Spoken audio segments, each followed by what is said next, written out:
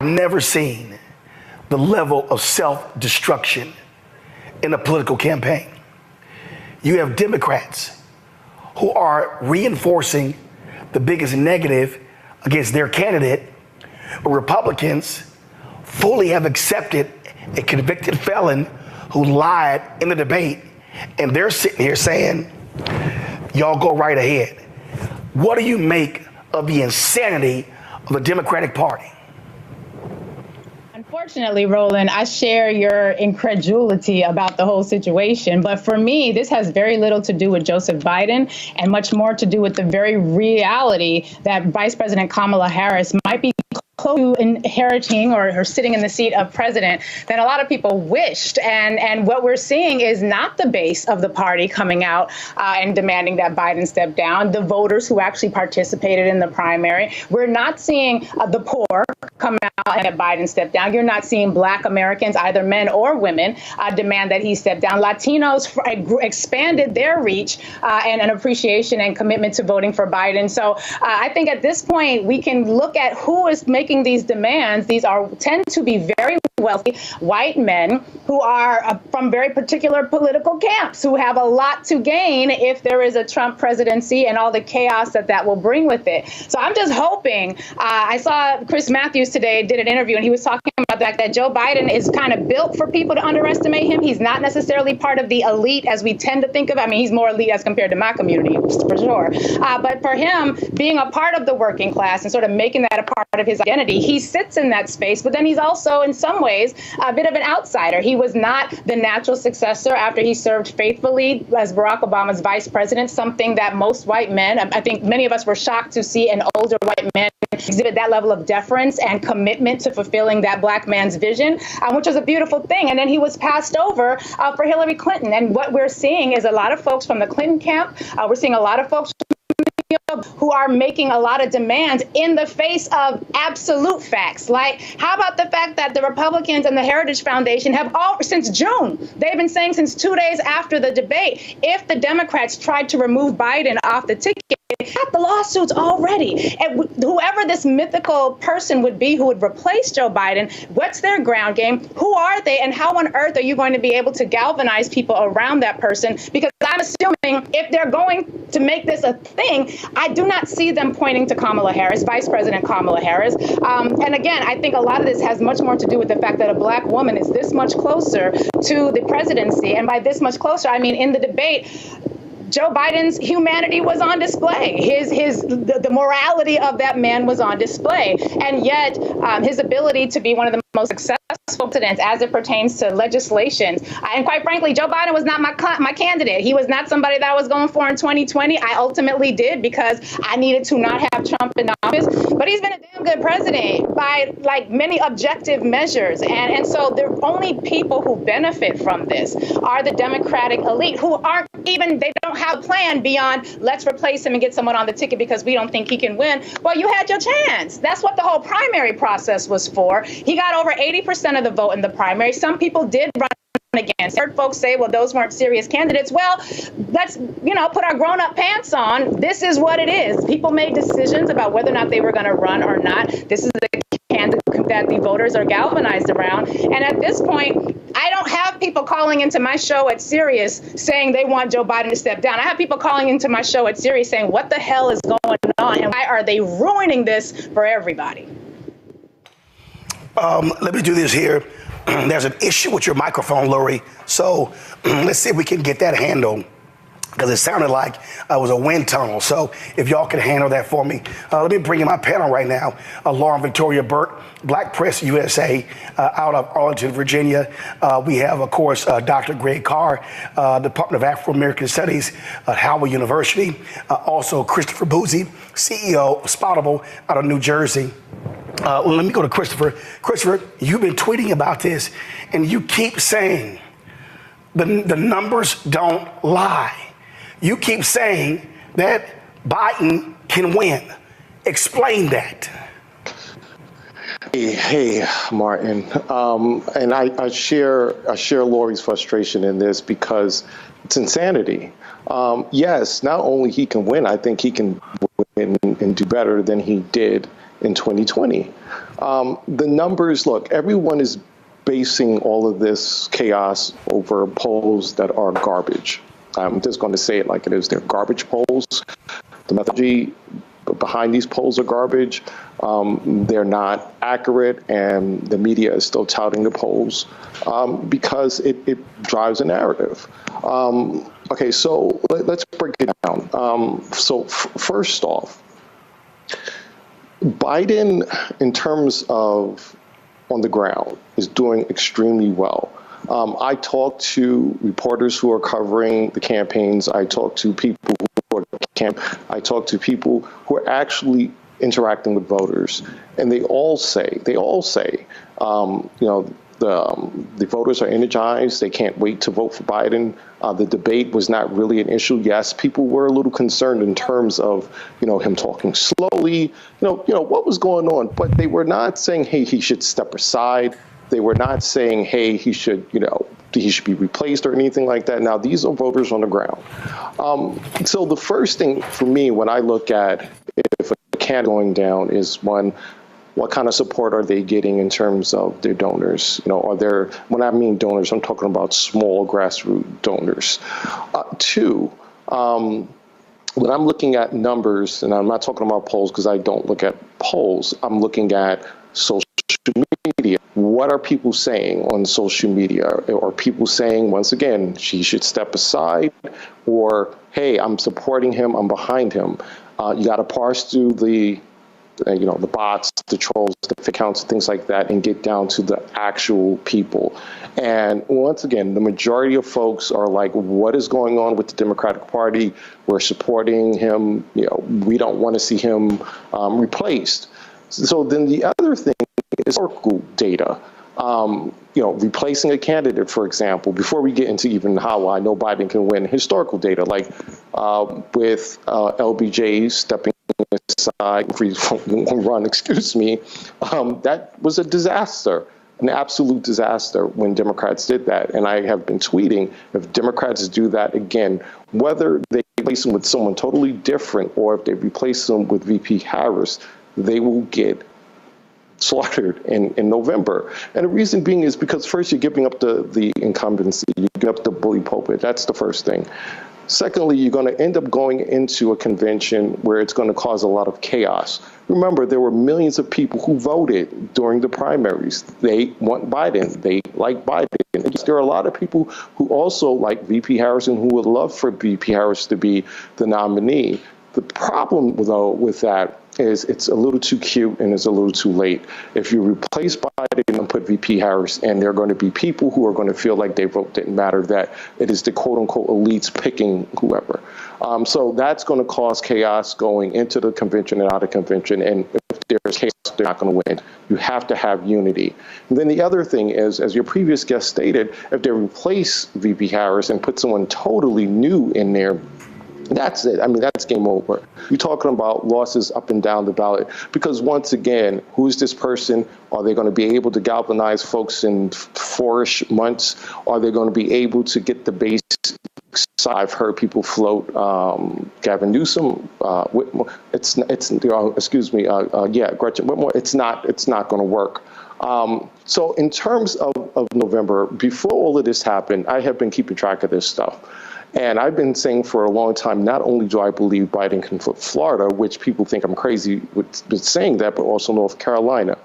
The reason is this is going to be the first election where abortion is on a ballot. 11 states have some sort of, abortion-related measure on the ballot. As we have seen before, Democrats have done extremely well time abortions on the ballot. Then you have the conviction. You have the 2 impeachments, you have the indictments, and on that you have, once again, the Supreme Court ruling immunity and the Roe v. Wade. If all of that is on the table, I do not see a path for Donald Trump. There is no path. But when you listen to the pundits, you listen to these analysts, you would think it was the complete and total opposite of that. It's just not true. Lastly, every cycle since 2016, Democrats have continuously overperformed. They overperformed in 2018. They overperformed in 2020. As we know, in 2022, when they talked about the red wave, they said, oh, the red wave, Democrats are going to get clobbered. Not only did Democrats gain a seat in the Senate, they barely lost the House, where it was predicted that they were going to lose 20 to 30 seats. And then across the country, they also did well in state, local races, government, shit like that. So this is going to be the very first election, presidential election, where we have abortion on the ballot. And I do believe that is galvanizing people, especially obviously women, like we've never seen before. So once again, I agree with the previous, and I share the same frustration that Democrats are actually hurting themselves by all of this. Yeah. Public, it's not. So, Lauren Victoria Berg, here's a perfect example. So, a poll came out today regarding Latino voters. Go to my iPad, Henry. Matt Barreto, one of the top pollsters. It's 53-36, Biden over Trump. But this is what he said.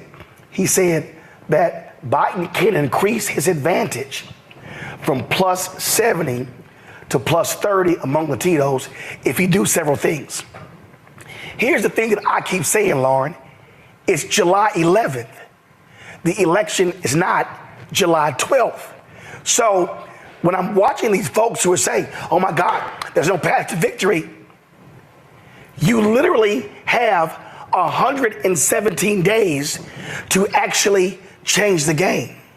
So I don't understand the logic of the donors and these analysts and podcasters and Axelrod and others when the Washington Post poll today shows it's tied. What the hell? It shows that it's tied. I think that what you're seeing is sort of a lack and a reluctance of certain quadrants within the Democratic Party to finally get off the stage. I think the Clinton crew is still sort of in there wanting to be something. 100 days is really not a long period of time, I think, in a political campaign. They have 39 days to the convention. And this is problematic to have prominent people in a political party effectively destroying their presumptive nominee for the presidency of the United States in public, by the way. Every night on CNN, and it's for some cases for some members of Congress showing up again and again and again on cable TV to say negative things about the presumptive nominee of your party. If you think that communication strategy, no matter how anybody might feel about anything, I can assure you that if they keep doing that, they're going to lose, not because of what happened on June 27, but in the last 14 days, but because of what happened in the last 14 days. I actually think most people out there, and in calling people and talking to members of Congress about their constituents, most people out there do not have the same ways that people do in the Beltway, or people who are standing in the White House briefing room or in the U.S. Capitol. There's a disconnect there. And when President Biden at the beginning of this week talked about elites, I think he hit the nail on the head, because there's a group in there who thinks differently from what. There's a group of elite people, frankly, who are in the media who think that everybody thinks like them. And as somebody from New York, I get it. The New York Times seems to think that the thing they say is important, but most normal people are not thinking that way. It's just simple as that. There is some, in Virginia, we have a guy named Larry Sabato who did reflect in the first few days that he thought that there was going to be some distance between Biden and Trump in the polling numbers that he saw fairly quickly. But it does take a few weeks to figure out whether or not something like June 27 really has some resonance. And I don't know that we have the answer to that, but I'll tell you what, it's hard. I think it's hard for me to believe that a Republican Party who can't get the popular vote in over 24 years is suddenly going to get the popular vote now and this year, running a lunatic and a pathological liar as their lead candidate versus somebody who is trusted but is going through a trial and tribulation right now. It is problematic. I think the Democratic Party is making a tragic mistake. And I think there's a lack of leadership there. I think if Speaker Pelosi was there, quite frankly, she would have told the caucus to shut up by now. They are doing damage to themselves. And you have to remember, just lastly, the only members of Congress care about is their own election. That's it. Once they sense that their election will be jeopardized by the person at the top of the ticket for whatever reason, they will bail, and that's what you're seeing. And of course, the vice president is not the vice president. It's going to be interesting to see how they navigate this if they push Biden out of there, which I frankly doubt it. I think he's dug in. But if they were to do that, if it's not Vice President Harris, they're going to see some, if they're seeing rancor now, they better get ready. Greg Carr, here's the thing that people need to understand. This is not about, oh my God, Dems love Joe Biden.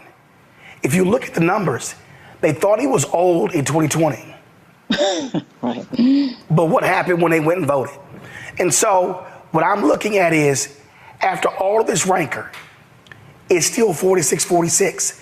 Trump has a ceiling.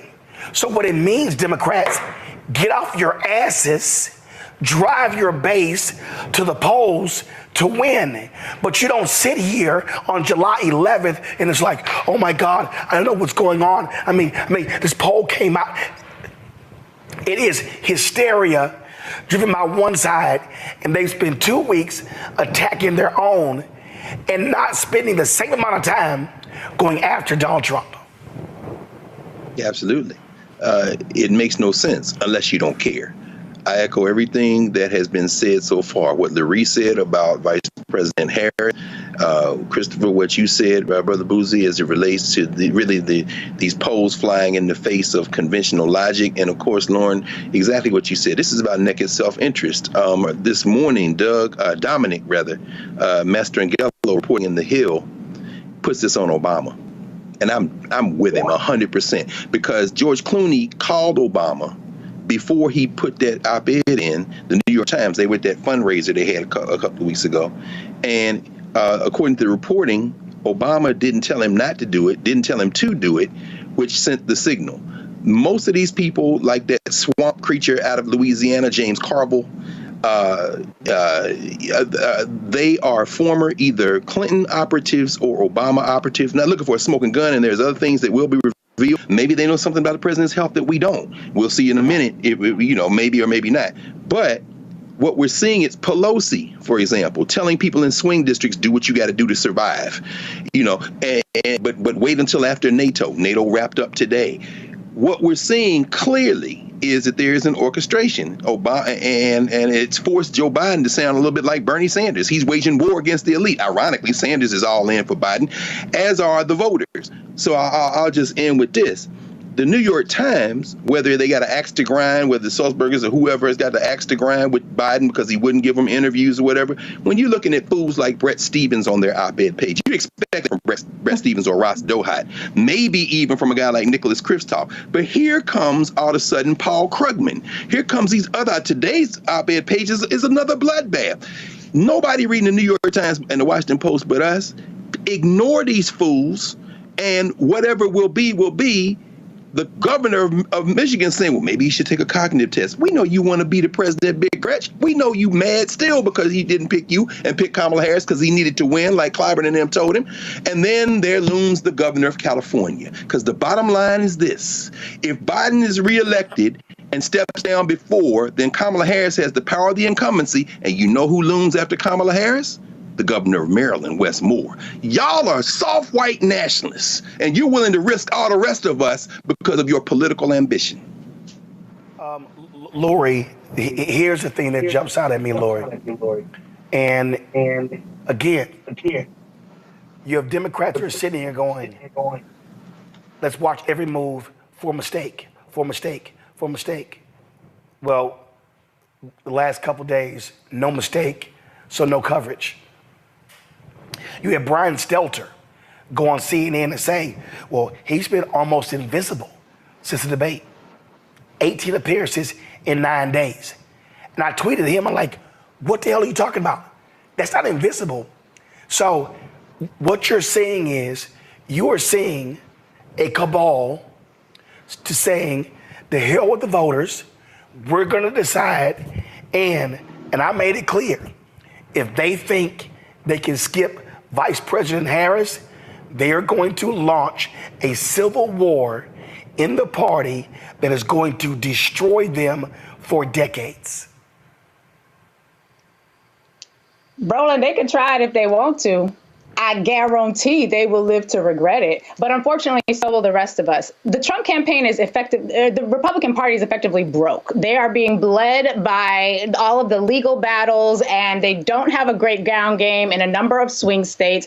This is a winnable contest. And in addition to all of that, everything that Chris Boozy and all the other guests said is I absolutely concur. But we also have Project 2025 right there, like right there. And if we were talking about that and educating people about that, about the threats to our democracy, and comparing that to the advances that we have won. And I know that a lot of us in our community, we want to see the president issue the legislation that's got black in it. We want the black housing program. We want the black affirmative action program, the black healthcare plan. Listen, we live in America as it is, not in the America as we would want it to be. As soon as that were to happen, we know that the white folks who are very upset about black advancement would file a lawsuit and that legislation would be canceled. So we have to be more sophisticated as the electorate. What are the programs and the policies and the positions that have been very advantageous to black people? I had somebody call and say, well, what has Biden done for black people? You can literally Google what has Biden done for black people, and the fact sheet is immense. None of it says the black plan, but it is extraordinarily important that we become way more facile in thinking about what skin we have in the game.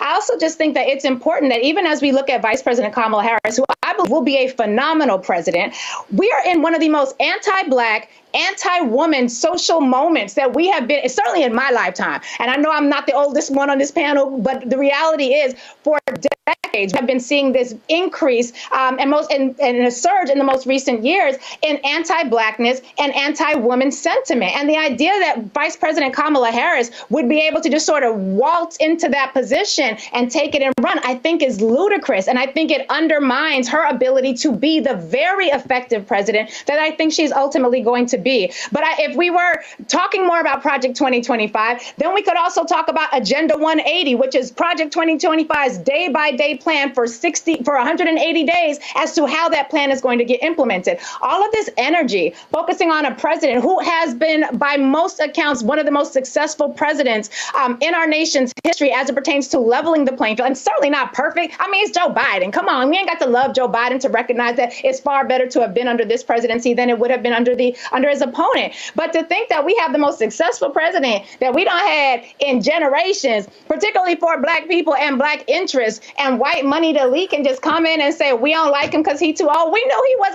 old. He been old. We was telling y'all that when Obama picked him. So this is not new. White supremacy is just reinventing itself. And I love the soft white nationalism, because what we need to be very clear about is we don't do permanent friends. We don't do permanent enemies. We got permanent issues. And my issue is black people. And I need black people to not come out of this in a situation where there is chaos, because I don't have an underground railroad, Brother Roland. And I don't know if you do or if anybody else do. I didn't get the memo about who's building the underground railroad for our community if this goes very, very right. And by that, I mean if the Republicans were to come into power. Project 2025 is a phenomenally detailed vision statement of every step they're going to take. And we just don't have the time to deal with all this chaos and foolishness. We got grown folk business to take care of. We got community to build. This is ridiculous. And then, of course, you had Donald Trump claiming he knew nothing about it. But guess what? The Heritage Foundation, the author of Project 2025, they are lead sponsor of the Republican National Convention. Time to get paid, blow up like Fan base exclusive audio rooms are here. Now tap, talk, and get paid. Monetize your live podcast and most engaging conversations. You can now create exclusive audio chat rooms only for your subscribers and biggest fans. And as a user, subscribe, listen, and talk to your favorite creators. Now tap, talk, and get paid. Because everyone's a fan of something, and everyone has a fan base. Here's what's been going on. You've got various top Democrats who have been saying it's time for Biden to step down. Okay? But I want y'all to notice something. They never say who they want to run. Let me be real clear to everybody who's watching. For the last 3 years, top Democrats have tried to get President Biden to drop VP Harris from the ticket. They literally, some met with Biden, and he told them, hell no. He wasn't going to do it. So, what you need to understand, so this effort to get Biden to drop is not just about Biden. It's also about Harris. Okay, today, Adam Schiff, congressman from California, came out and said that it's time for Biden to drop out of the race. He, of course, is running for the United States Senate. You now got about 21 Democrat lawmakers who said that polling numbers show if they're not going to do well, if Biden is at the top of the ticket. Here are all those particular names. Now, they're all basing this off of the performance in the debate on June 27th. But here's what's interesting. Democrats have spent more time in the last 20 days tearing Biden down than they have Trump. In fact, Republicans have been relatively quiet because the Democrats are doing all of their work. So let's go back to this particular poll that was taken. Go to my iPad. So this was released to Politico today. And so it's from this group called Blue Labs. Now, I want y'all to understand what's going on here. In this particular poll they did, or assessment, you see here where they said they interviewed 15,000 voters across 7 battleground states between July 5th and July 12th. Okay? Says their goal. We're looking for voters whose behaviors change depending on who the Democratic candidate is. Okay? Now, these are their top line findings. Alternative Democratic candidates run ahead of President Biden by an average of 3 points across the battleground states. Nearly every Democrat performs better than the president. But here's the critical line. This includes Vice President Harris, who runs better than the president, but behind the average alternative. Let's go further. So when you look in here, they lay out that an average of almost 3% of Trump voters in a Trump-Biden matchup switch to voting Democrat if there's an alternative candidate leading the ticket. Okay, let's keep going. Young voters, independents, and those who haven't voted since at least 2020 are most likely to increase support for the Democrat with an alternative candidate. So here they go. These are their 4 candidates in alphabetical order. Senator Mark Kelly of Arizona, Governor Wes Moore of Maryland, Governor Josh Shapiro of Pennsylvania, Governor Gretchen Whitmer of Michigan. Now check this out. By nearly 2-to-1 margin, Democratic voters say the party should choose the best nominee no matter who if Biden doesn't run. I need y'all to understand why they're framing it this way. Because they don't want it to be Kamala Harris. Now watch this. Who should delegates nominate if Biden does not run? The best nominee, no matter who. According to Democrats, 56%. 33% say VP Harris. Look at the black number. 43% say best nominee, no matter who. 40% say Kamala Harris.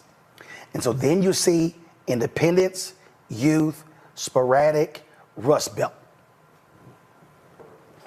Again, I need y'all to understand what's going on here. What you have going on here is an effort by prominent Democrats to freeze out Kamala Harris because they've never wanted Kamala Harris on the ticket. Now, here's what I think is going on. The 2028 battle is happening right now. There are Democrats who want other candidates to run for president. They fear, this is what they fear. They fear Biden winning and then in a year or two resigning and thus handing the presidency to Kamala Harris. If that's the case, she then runs as the incumbent in 2028, freezing out the other candidates. It's going to be hard for the Democratic Party to have candidates run against an incumbent president, the first female president. So these Democratic operatives, they don't want to wait to 2032. They need Kamala Harris out of the way so they can run their folks. Now, you might say, well, I'm not sure. Okay, so answer this. If Biden drops out, the only person who can access the more than $300 million they've raised is Kamala Harris, because the money was given to the Biden-Harris campaign. There are 1,000 staffers on the campaign in 100 field offices around the country.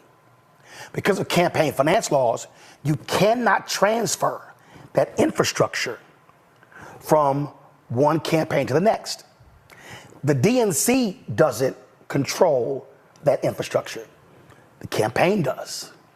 So, if the Democrats pick anybody but Vice President Kamala Harris, they have to completely build a national campaign from scratch. Fundraising from scratch, infrastructure from scratch. You got to do it on the fly while you're also trying to build a name ID nationally of these other candidates. All of these people, a lot of these Obama people, David Axelrod, John Favreau, Tommy Vietor, I can go on and on and on. I've tagged Julian Castro, former congressman. I've tagged Schiff. I've tagged so many others. Jonathan Alter. All of these people keep talking about, oh, this fresh Democratic face, this fresh young voice. We think anybody could beat Trump. But y'all notice, they never give a name. I'm trying to tell everybody out here what's going on. The play is they need to take Biden out to take Harris out. Oh, and by the way, Vice President Kamala Harris might be from California. Nancy Pelosi does not support Kamala Harris. If you thought Nancy Pelosi shanked Congresswoman Barbara Lee when she ran for the U.S. Senate by backing her boy Schiff, Nancy Pelosi does not support Kamala Harris at the top of the ticket. Do not be confused. Let's talk about this with my panel. Joining me today on the show, we have Robert Portillo, host, People, Passion, Politics, News and Talk, 1380 WAOK in Atlanta. Rebecca Carruthers, Vice President, Fair Election Center out of D.C. A. Scott Bolden, he is, of course, a political contributor. He's also, of course, worked with PACs with the National Bar Association, D.C. Democratic Party, chair, all that good stuff, is a lawyer in D.C.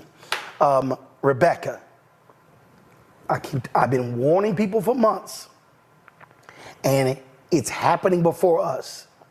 They want to take Biden out to take Harris out. Roland, I'm thinking about your book, White Fear. One thing that we need to have the kitchen table talk about is that the Democratic Party, Republican Party are tools in which the Black community can use to advance their interests in this country. It does not mean that the Republican Party or the Democratic Party are always or are in the best interests of Black communities in this country. So I just want to say that so we get, as we're framing this conversation, this is absolutely about taking out Kamala Harris. We could go back to the 2020 campaign and we could look at those who do not support Kamala. Many, even among some of my former colleagues, I had conversations, especially with white women who said, oh, there was something about Kamala they just didn't like. And I asked every single one of them, tell me specifically, what is it about Kamala Harris that you do not like? And none of them could identify it to me. And some of those white women no longer talk to me, but that's okay. My point in saying all this and about white fear is that what we're seeing, I think I mentioned this on the show a few weeks ago, there's a difference between winning and power. These people here want power. They don't always care about winning because you don't have to get the W in order to coalesce power. One thing that I will also note for the audience, we know that the 2024 Joe Biden is different than the 2020 Joe Biden. We all know that. However, the 2024 Joe Biden is the same as the 2023 Joe Biden. If any of these people actually were concerned and cared, then they would have talked about this a year ago, last summer, before we even started going into the primary cycle for the Democratic nomination. There are things that could have been done last summer if they were interested at all in preserving Biden's legacy, if they were genuinely and authentically concerned with whether or not he could serve, they would have hashed this out, had this conversation, done all these things a year ago behind closed doors. To see it now and say, oh, well, it's because he had a bad debate. Every single one of those people who are talking publicly, every single one of those elected officials have had very bad debates, very bad public events, because I've seen them, right? So we know it's not about the pretense in which they're telling us that this thing is about, but it's clearly about who's actually going to be running the White House. And we know Joe Biden in the second term. We know that it's going to be Kamala Harris with outsized influence, but we also know, according to the Constitution, if Biden is not able to serve, which a lot of people are trying to say, oh, he's not going to be able to serve in the next 4 years, it will absolutely be Kamala. And finally, I will say, I also remember the summer of 2020, I was a part of a large group of Black women where we told Biden, hey, if your VP better be a Black woman, here is the short list. You need to pick someone from this list. Unfortunately, he did. And so Black women are paying attention because we hear what's going on, we see what's going on, and we don't like it. Different polls have come out today, and I'm going to go over those a little bit later, talking about where Black people are. There's a poll that AP dropped that said 60+% of Democrats, people poll, want Biden to drop out, 65%. But the exact same poll says 57% of people want Donald Trump to drop out. But the Associated Press, Robert, focused on Biden and not Trump. And so then you got these people who are like, oh, look at this. 50% of African Americans say Biden should drop out. But 50% say he should stay in, which is the highest of any group. So the games being played here, Robert, are a trip. And I don't think you can use common sense that if Democrats have attacked Biden's greatest weakness for 20 consecutive days, common sense tells you you're going to see erosion in the polling numbers. Well, I call this the Hollywood coup. because I find it interesting that it's very much a coup being led out of California, New York, Washington, D.C., the major think tanks around the country. But the polling data does in no way, shape, or form back up what the coup makers are pushing out there. There's a poll that came out today that said this is a 2.5-point race nationally, that in the swing states, Biden's up by 1 in Wisconsin, up by 3 in Michigan. He's trailing in Georgia, Arizona, but these are all things within the margin of error. And this is after President Trump survived an assassination attempt in the middle of the Republican National Convention. So Biden very much is in striking distance in all of these polling, and with a strong legislative kick, he can pull himself out of this malaise. So the question is, what the hell is really going on? Because at first we heard from all, for everybody who's watching, if you're watching on one of the major networks instead of here where you should have been watching, you saw all the people on the panels on MSNBC, on CNN, and all the other channels, they looked down at their phone in unison, and then they all looked up and said, it's time to kill Granddaddy. And at that point in time, they just laid into him in ways that we've never seen people lay into somebody during in a major presidential race. So there's shots being called from an income bracket above the president that think they can tell the president of the United States when it's time to step down and who should be the nominee for office. This is the most anti-democratic thing I think we've seen in American history. This is less democratic than January 6th in many ways. And for those Democrats who are pushing for this, how exactly can you say that Donald Trump is a threat to democracy when you use an undemocratic process to try to force a sitting president out after the primary process, nullifying the 14 million votes that Joe Biden received during the primary season, the 81 million votes they received in the 2020 election? How exactly do you change the 6+ states that have ballot access laws that say that unless Joe Biden is dead, he will be the nominee, or you'll have to call those state legislatures back into office or back into session to change the state laws simply to allow you to put another candidate on the ballot? Besides the logistical points that you made about fundraising $500 million in 4 months, building nationwide name recognition, building an infrastructure and a field team on the fly, essentially, if Joe Biden steps down, is Democrats ceding this election in 2024, retreating to 2028, and hoping they can rebuild the party in 4 years under Trump. Now, I don't think anyone believes that is the best mechanism going forward when we're talking about a 2.5-point race. So then after they said it was about Joe Biden's debate performance, it finally came out a couple of days later. Well, it's really about the poll numbers, and that we, the elites of the party, we, the donor class of the party, we, the insiders of the party, believe that he can't win, and therefore we're going to push him out. When the hell has that ever been the standard for a presidential candidate? That if you're trailing at the convention, the party bigwigs, the people behind the curtain, the smoke-filled rooms get to decide who the nominee is. This is going back to the 1960s. This is going back to the period of time prior to there being binding primaries to select candidates. And I think that the people who support Joe Biden, there's nothing better that he can do than stay in this race and stand strong against the elites. He now gets to be the outsider candidate running against both the Democratic and the Republican establishment and running for the people of this nation. Now, we should watch out, though, because I remember after the Stephanopoulos interview, there was a report that there was a major medical incident on the plane that turned out to be false. And the first thing my wife said was they probably tried to kill him. Earlier today, there was an article that came out that said Biden would only step down if there was a major medical issue. And then later on in the day, we find out that he's been infected with COVID as somebody who's elderly. After the events of the last several weeks in America, there's nothing that we can put past the powers that be. We've never seen an internal coup from a political party where the people trying to bring down the president are quote-unquote insiders, people in the president's inner circle, anonymous West Wing sources, donors, led by George Clooney and Stephen Colbert, etc., trying to overthrow a sitting president. We've never seen a situation where 2 weeks later, the other presidential candidate is nearly shot in the head. So we need to pay attention to the people who are pulling these levers of power and determine who the hell is actually driving this ship and where we position ourselves within the system. This has now gone beyond any season of scandal, House of Cards, or Veep. This is a whole different ballgame that we're at in politics, and we have to be very cognizant of the games being played around us. At least go to my iPad. AP had their story. James Carville tweets, nor is this the good news. There is still time to change direction. The bad news is time is running out. Scott, again, Carville names no one, doesn't name a candidate.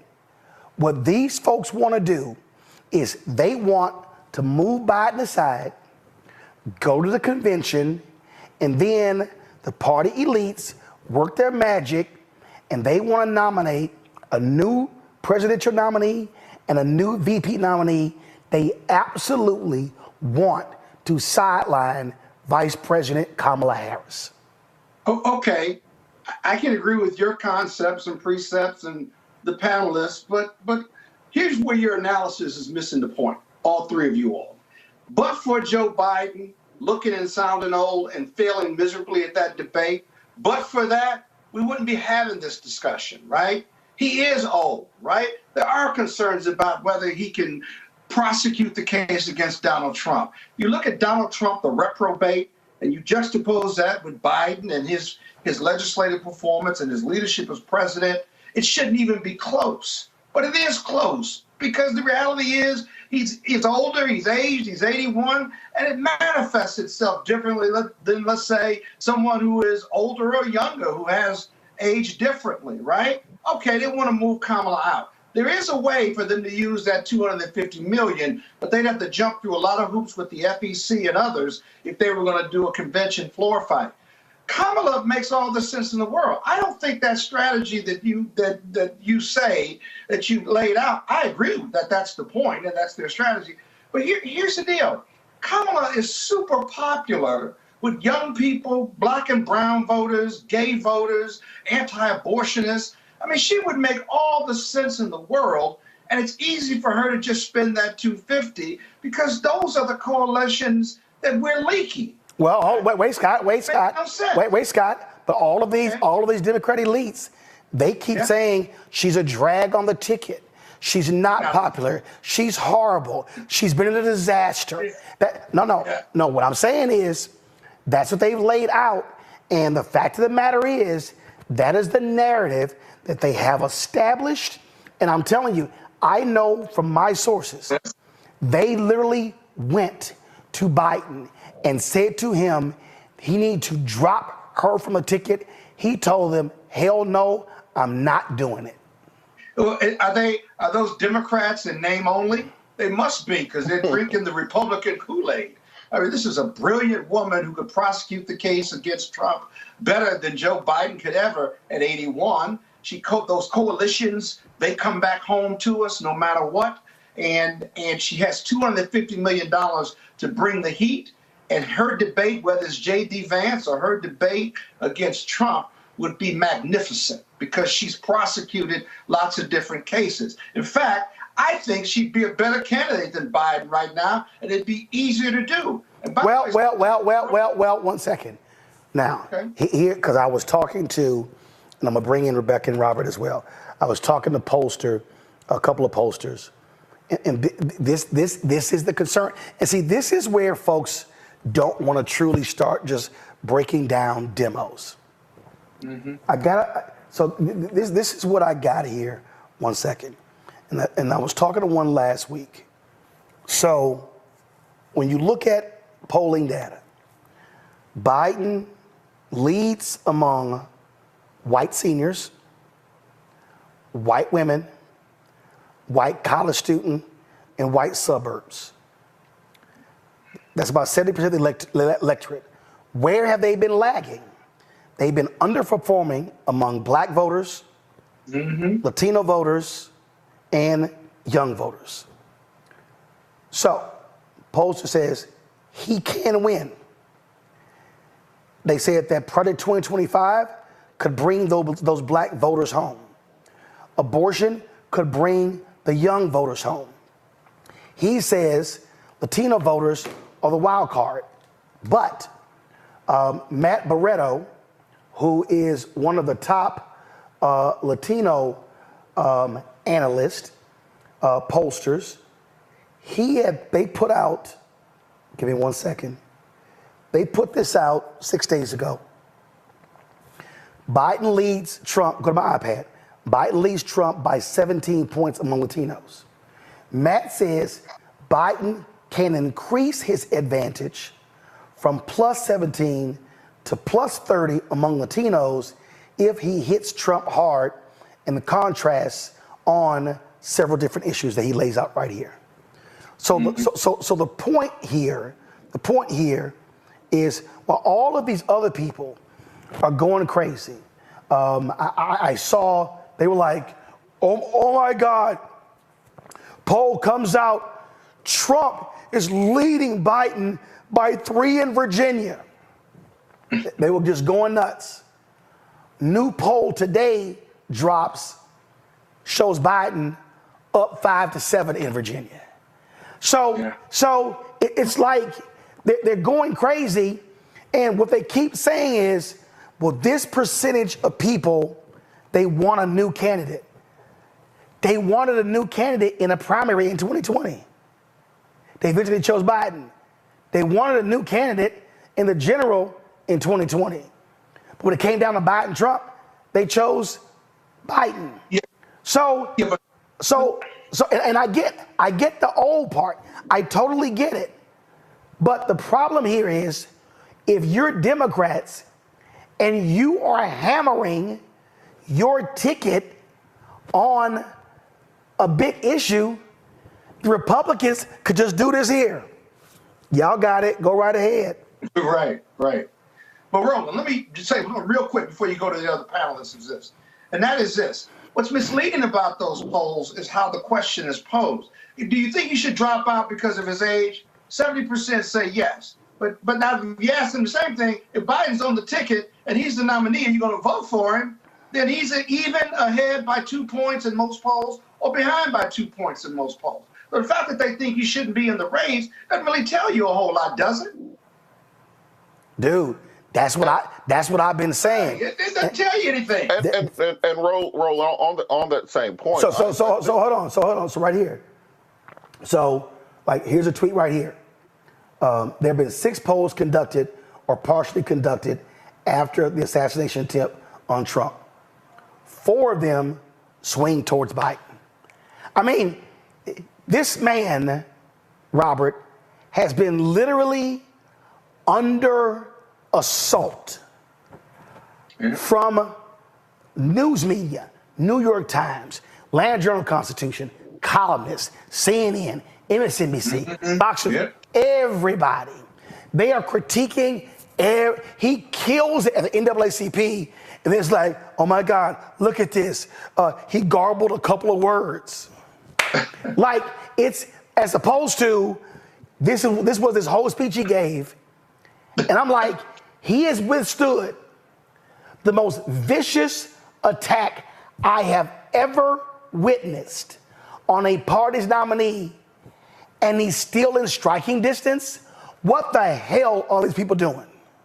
Look, Roland, beware the Ides of March. The Caesar told us exactly about this. The long knives are out, and these are people who are looking out for their own political future as opposed to the future of the nation. And if they truly believe what they've been telling us, that Donald Trump is a threat to democracy, that he's trying to bring about a neo-fascist revolution, that he is going to align America with Viktor Orban, with Lukashenko, with Giorgia Meloni, with the Erdogans of the world, and this far right-wing populist version of what we're seeing in Argentina today, then I think that they should be saying to themselves, well, what is that that gives us the best chance of winning? Like I said, this is a 2.5 point race. And what people forget is Joe Biden has the power of incumbency, and he needs to wield that thing like the damn Infinity Gauntlet at this point in time. The Supreme Court just said you can do whatever the hell you feel like as president. I'm going to test that to the umpteenth extent. Biden people, come here. Bring the camera on me, Biden people. Look, what you do is Monday morning, Biden has a 10 a.m. press conference.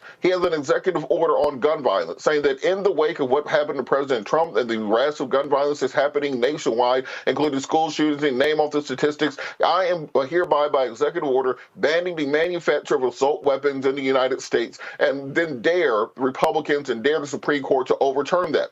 Tuesday morning, press conference. By the powers vested in me by the United States Constitution in Section 2, I am having an executive order on women's reproductive right. We will walk women into the reproductive health clinic with the National Guard like they did Ruby Bridges if you try to interfere with the exercise of their constitutional rights, and then dare them to take you to court. Wednesday, press conference, 10 a.m., executive order. I'm hereby dealing with the southern border by executive order, and until Congress does something about it, this will be the law of the land. If you want this to continue, then you keep me in office. And you do this every day, and you keep doing it, and you flood the zone like football. If somebody's sitting back in a cover 2 zone, you send slants across the middle until they bring those safeties up, and then you go deep on them. And that's what President Biden has the power to do, to put so many executive orders out there that the Republicans can't afford to fight all of them in court. They can't afford to try to drown him out. And then you change the national conversation to about what you're doing. You build the kinetic energy of re-election, and you end up winning. If you can be at 2.5 points at the lowest level of your campaign, you can win this thing by 5.5 points, given the right policies and given the right strategies. But you're not going to win it in a circular firing squad where you have the people who are closest to you with the long knives out. This is an et tu Brutus moment where you have to figure out who are the people with the long knives, change course, change direction, get in the right room with the right people, and really push forward to victory. I'm going to go to Rebecca before I go to my next guest. Rebecca, this is very simple. Black people are, I dare say, the smartest voting constituency in America. Black people are pragmatic. They are folk who we didn't love. I mean, as I look at that Ida B. Wells Barnett painting, Ida B. Wells Barnett, her birthday was yesterday, campaigned on behalf of Herbert Hoover, who was the head of the Lily White faction of the Republican Party. They had to make a decision. Do I support this Klan-loving Democrat, or do I support this white racist Republican? Black people have made conscious voting decisions for a very long time. In 2020, black folk were not loving Joe Biden. It was 15 people: Bloomberg, Deval Patrick, Elizabeth Warren, Klobuchar, Sanders, Corey, Kamala had dropped out. It's a bunch of other folks I'm leaving off. And they were like,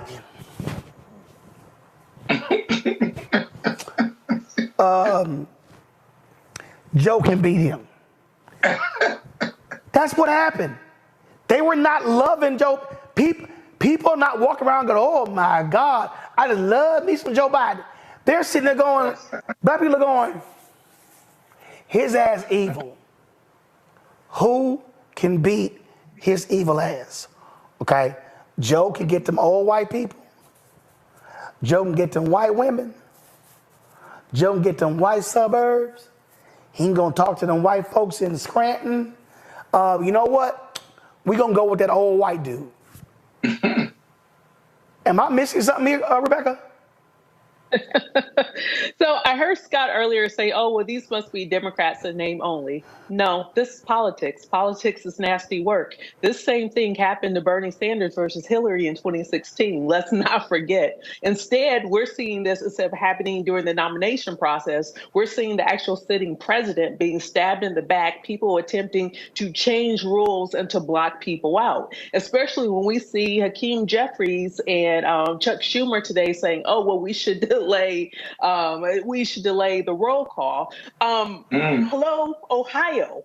We can't not rely on Ohio or the Ohio courts to then rule that it's okay for Democrats to do that. Because remember, August 7th is the deadline in which whoever the nominee is who will be on the ballot in Ohio has to be submitted to Ohio. We can't then expect the state courts there to say, okay, Democrats, if you file a lawsuit saying, hey, give us an extra opportunity to actually fill in that line on the ballot line, that will allow you. Newsflash, that Ohio court, in the makeup of that Ohio court, it's not going to allow for that to happen. They're going to see this as, hey, this is easy work. This is an easy win. We're guaranteeing that Biden is not successful in Ohio. And as an aside, most people don't think Biden's going to win Ohio anyway. However, Democrats shouldn't be making it so easy to lose. Even if they think that Joe Biden is going to be a loser in November, why would you make it this easy? Why would you literally expose your candidate and also expose your entire ballot to this mess? It just doesn't make sense unless this is about power. It's not actually about winning. So I hear you, Scott, when you're saying, well, you don't think that these machinations are really the machinations, or in our analysis might be off. This isn't really what these people are thinking. But I need to understand, what is the counter rational argument to explain exactly what they're doing? Because we know this isn't just about a bad debate performance. They took the opportunity of the bad debate performance to say, okay, let's push Biden out. It doesn't matter what Biden did, because we know Biden does a lot of gaffes. He's not a great campaigner. Duh, we've known that since the 80s, right? But we know that he does a relatively good job in governing, whether he's the vice president or the president. Time to get paid, blow up like. Fan-base exclusive audio rooms are here. Now tap, talk, and get paid. Monetize your live podcast and most engaging conversations. You can now create exclusive audio chat rooms only for your subscribers and biggest fans. And as a user, subscribe, listen, and talk to your favorite creators. Now tap, talk, and get paid. Because everyone's a fan of something, and everyone has a fan base. I'm blowing up like you thought and if you don't know. During an MSNBC interview, former Speaker of the House Nancy Pelosi refused to fully commit to supporting President Biden remaining in the 2024 race. The California Congresswoman says it's Biden's decision to run. Over the past 24 hours behind the scenes, there's been a lot of depression among Democrats. The phone lines burning up, concerned about his candidacy and whether or not he can win. And some even out loud are shaky at best about President Biden, whether or not he should step out of the race.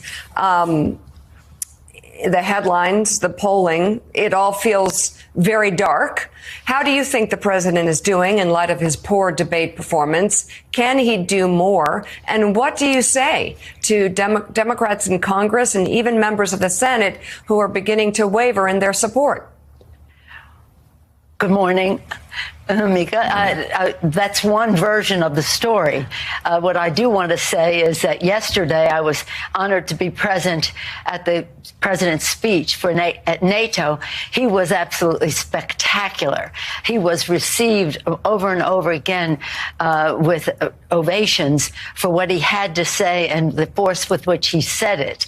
And then he gave the Presidential Medal of Freedom to Jens Stoltenberg, the Secretary General of NATO. I felt very honored by that because, as one who has received it, Jens getting it brought luster to that honor. So it was a beautifully received, energetic presentation by the president. Politics is politics. People have their interest in terms of their own region and the rest. And so we are the Democratic Party, a party that is, shall we say, not lockstep. But this president has been a great president. And I can tell you firsthand, as a person who orchestrated many of the pieces of legislation that the president takes great pride in, and he should, because he was there at the table, chapter and verse, very conversant, with a vision, a purpose, with the knowledge of the issues, with values underlining it all, and again, always asking the question, what does this mean to working families in our country? So any thought that he wasn't able to deliver on all of those is, I can just say, just didn't happen. So, Madam Speaker, you just went through the president's record, but let me ask you about the current moment. Does he have your support to be the head of the Democratic ticket? As long as the president it's up to the president to decide if he is going to run. We're all encouraging him to make that decision because time is running short. I think overwhelming support of the caucus. It's not for me to say. I'm not the head of the caucus anymore, but he's beloved. He is respected, and people want him to make that decision, not me. He has said he has made the decision. He has said firmly this week he is going to run. Do you want him to run? I want him to do whatever he decides to do. And that's the way it is. Whatever he decides, we go with. I think it's really important, and I would hope everyone would join in, to let him deal with this NATO conference. This is a very big deal. Over 30 heads of state are here. He is the host of it, and that means not just hosting, it means orchestrating the discussion and setting the agenda, and he's doing so magnificently.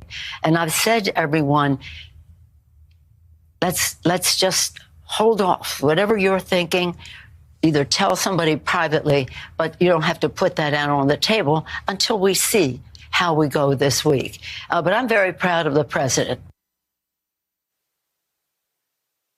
Now, Joy, I have a couple questions here. One, why isn't that Hakeem Jeffries doing that that sit-down interview?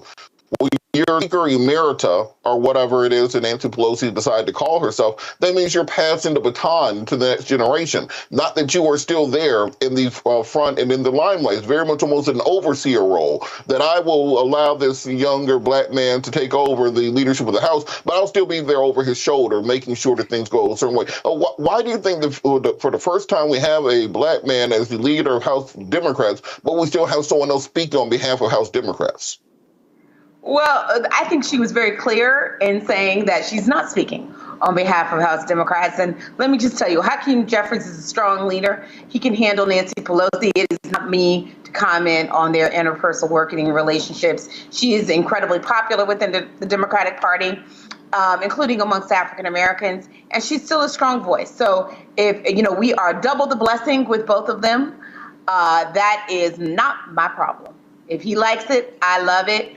And it works for him, and perhaps he's a strong leader, and he is not threatened by this strong woman out there who is echoing him and can maybe say some things that maybe he can't say because he is in the position, and so his voice would actually matter more. So not worried about it at all, not a thing.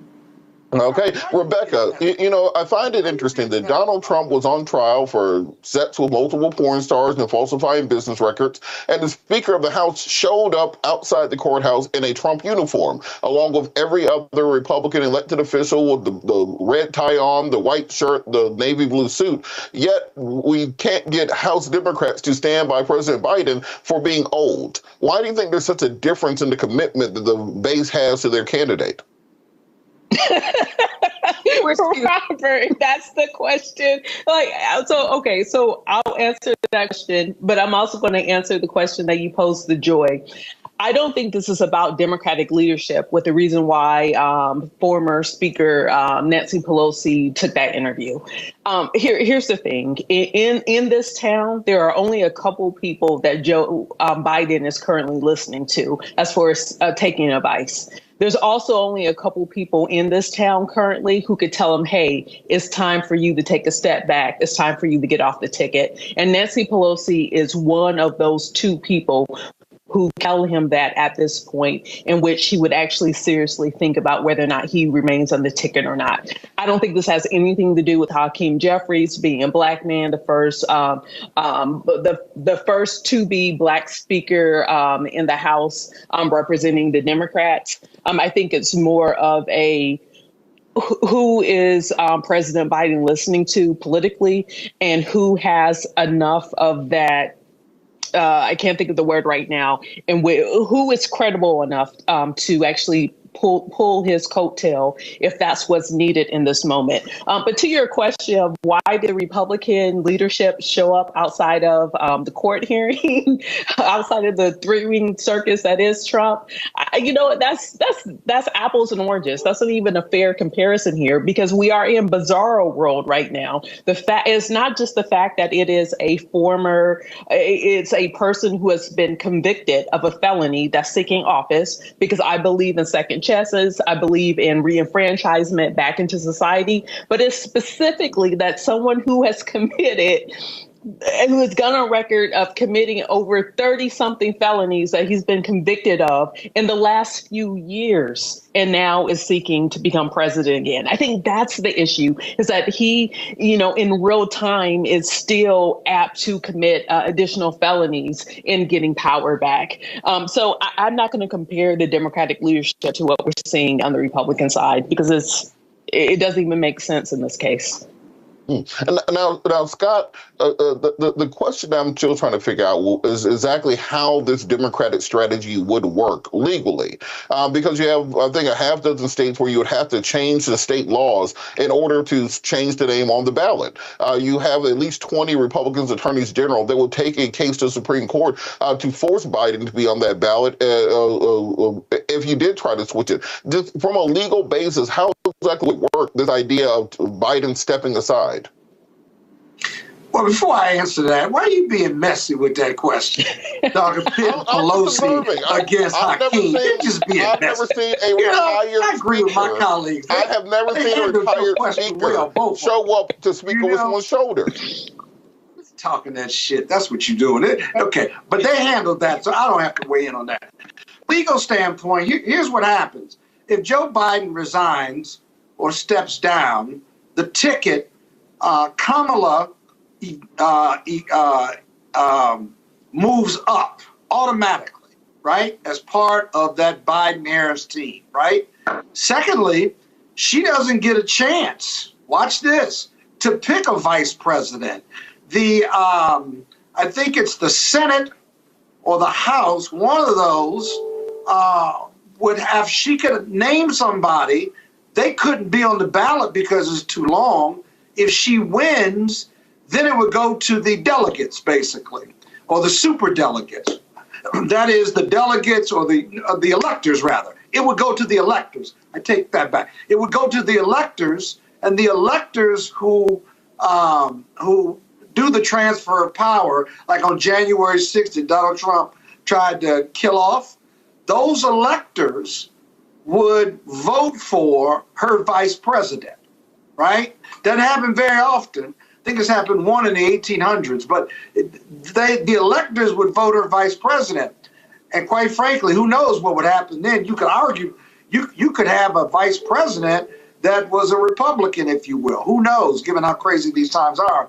But she could recommend somebody, but she wouldn't be, he or she wouldn't be automatically selected.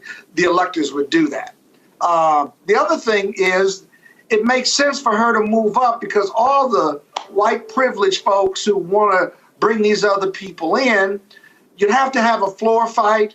You'd have to have a mini primary. That's expensive, and we don't have time for that. It's so much simpler with her moving up. The electors would do a vice president. She's got $240 million, and she can prosecute the case against Donald Trump. I think better than Biden, quite frankly. So all of those are attributes that if Biden were to step down, right? If Biden were to step down, then she would automatically move up. She's super popular with the base. The Republicans hate her. There's a reason Republicans hate her. Because they know that she's grown in this position too, by the way. She's been on the national stage, and she's got a lot of humility and a lot of credibility. And she's quite electable. When you got white senators and white congressmen saying, well, the president ought to step down and Kamala ought to move up, that's pretty powerful. Those white folks, those ain't even black and brown people saying that. So on the legal side, that's what would happen. Can I ask a question of Scott? Yeah. So I think here also we're making a distinction between like post-convention versus pre-convention, because the party still, even right now, he's our nominee, but he's not our official nominee yet, right? So that will happen at the party convention. So there is still time. There is a different. Yeah. Say it one more time. I'm talking about post-convention. You're right. Post-convention. Pre-convention, she moves up and she names whoever in the nomination, and the convention votes on it. Exactly. Thank you for that clarification. Yes, and I think what we're hearing others say is wherever we find ourselves at convention, that's it. Okay? We're not looking to do all of that. If the president is going to make a different choice, then the time to do it would be, I would say, shortly before the convention, not giving too many people too much leeway and then lead time. But that's my view. But I think, but it has to be before then. We don't want to wait till afterwards.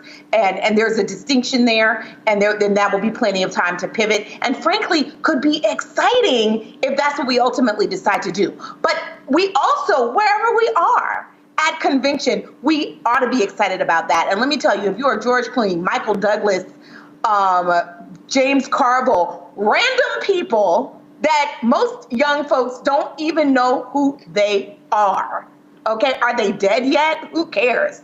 So if like those people know what they actually offend people, because we cannot believe that they feel privileged to speak on our behalf and to offer their opinion, and we have to offer our opinion. That's why I'm speaking full-throatedly about them with no fear, could care less.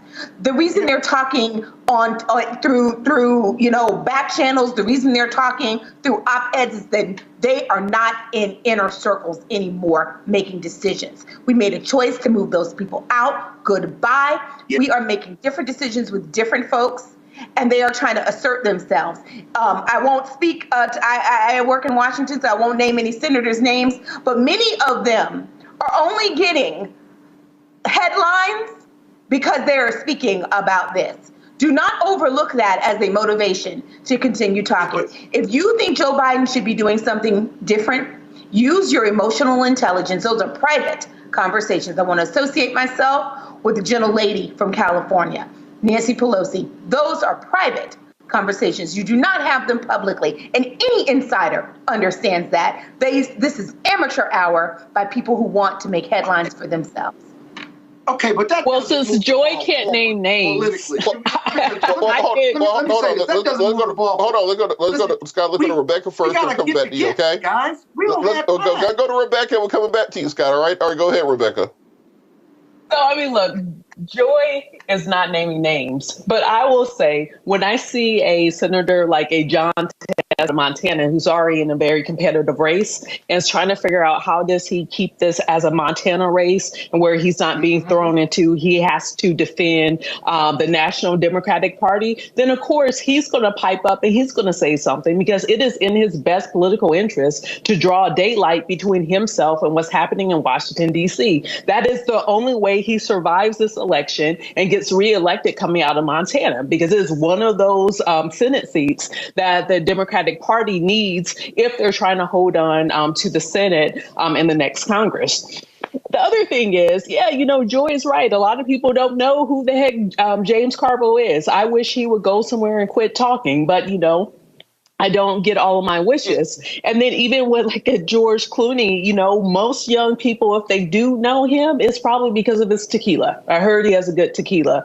But that said, the Democratic Party actually has a memo that James Zogby circulated almost 2 weeks ago, actually about a week and a half ago, and it ended up getting published in the New York Times. So there is a formal plan if this thing was to happen between now and at the convention. Yeah, but Rebecca, I agree with my colleagues. Look, Rebecca, I find it really interesting also the fact that you have these kind of kingmakers in the Democratic Party that can just decide who is and who isn't the president. But how exactly do you run on a campaign that Donald Trump is a threat to democracy? Then you use an undemocratic process to force out the Democratic nominee that won the primary process. I think it's going to be a hard circle to make for the election. Scott, I know you wanted to chime back in, so I wanted to start with a question for you. You can answer at your leisure. But for the Democratic establishment, how is it easier to go through the entire process you just laid out for replacing the candidate versus just circling the wagon around Biden and figuring out a way to win? Well, it's easier. Oh, were you talking to me? Yeah. Well, you know what, Scott? I'm going to pull a quick Scott. If there was actually kingmakers, then Hillary Clinton would have been president. True. Go ahead, and Scott. wouldn't that have been better? Hey, I'm the oldest one on the panel. I forgot what I wanted to say. See, you ain't got to be 80 to forget what you got to say. I'm telling y'all right now. I'll be in court and be running out, and my sentences run on until I can figure out what's next in the damn argument. Let me just say this, though. You're right. It would be easier. The problem with coalescing around Biden is he scares the hell out of you. Because he's old. He looks old. He sounds old. He walks like he's old. And he's not who he was 8 years ago. He's a great leader. But is he the one to prosecute the case against Trump? We're losing to a convicted felon. It shouldn't even be close, right? And so on one hand, the Democrats say it's easy to just get behind Biden, right? But what happens to us coalescing around Biden when he does the press conference and can't get through it the right way, just basically? Or he does another debate with Trump, and Trump says again, I don't know what he said, and I don't think he knows what he said. Ouch. And that's why we're wringing our hands with what to do. We don't have good choices, and we don't have any leverage to force him out. Rebecca? Part of it is us. We are sorry, stupid. Joy, go ahead. Part of it is us. We are stupid. Donald Trump, we are stupid as Democrats. Donald Trump literally during the debate said the Democrats attempt to abort babies after birth. Right. And we just he's a sociopathic liar. Guys, but why is he beating us then? Why is he beating us? See, that all sounds good and is right, but he's beating us. But part of the reason is he? That we are not loyal and we don't know how to stay the course and we freak out instead of focusing. Don't freak out, focus. Whatever decision, I love having this conversation. It's a lot of fun. Nobody's calling any of the four of us on this call. I wish they were. Maybe Scott, he makes a lot more money. So, perhaps he is. But here's the thing. For the rest of us, we don't need to worry so much about what's going to happen. We just need to be ready to pivot and to focus on the issues and to focus on making the case that Donald Trump is not the answer for the nation. Not only is not the answer, he is a detriment to the nation and the world. That is our focus. And what I love is Black people get that. They get that. They're like, I understand the assignment. It's not about Biden, Kamala, whatever. In this case, it's about Democrat, D. It's about D, because that is what is required to save the nation, and we're going to rise to the occasion. So wherever we find ourselves, and we need white America to be similarly focused. These conversations are being had predominantly by rich, wealthy, progressives, white people, okay, who have very few stakes. The people who look like us have, even those who are well-heeled, like all of us, especially Scott, have much at stake. And we get it. And we get it. So we need... Why you messing with my money? Okay. Why you messing with my money? I got a little bit. I got a little bit. I'm trying to have a little bit of that money. Look, Rebecca, on this point, what I'm trying to figure it out with the Biden to go people is this about health or is this about poll numbers? Because it seems like it started out saying, oh, Biden is so sick and so old he can't run. And then it turned into, look, he's losing. We got to get rid of him to get him a last chance. Is the health concerns just a raison d'etre to get rid of Biden? Or are they really simply saying, we think he's going to lose, maybe we can switch him out and still save the House and Senate? Yeah. You know what? I'm going to... That's a complicated question, but I'll answer it the best way that I can. To be clear, I think folks need to focus on whether or not someone can perform, because it's not just the issue of age, right? Making sure that we're not venturing into ageism, but it's also cognitive function, cognitive decline. Is this person able to step up and do what's required in this moment? I think what some of the initial hand-wringing was from is that that debate performance was bad.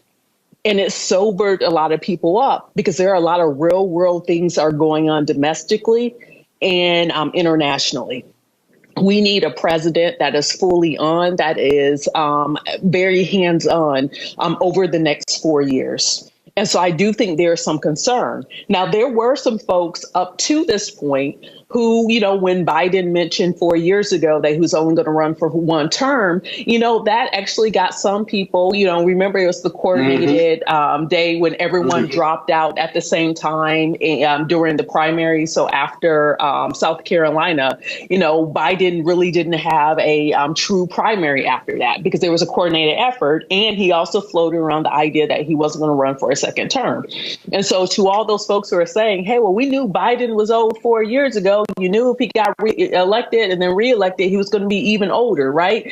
So I get some of those arguments that people are making, but I think to the general public, I think there is an underlining, people are dissatisfied with our two-party system because we're not, as Americans, we're not really getting what we need in order to move the country forward in a positive way, in a way that makes sense. We're actually getting policy done because largely, Washington is broken the way it's currently working.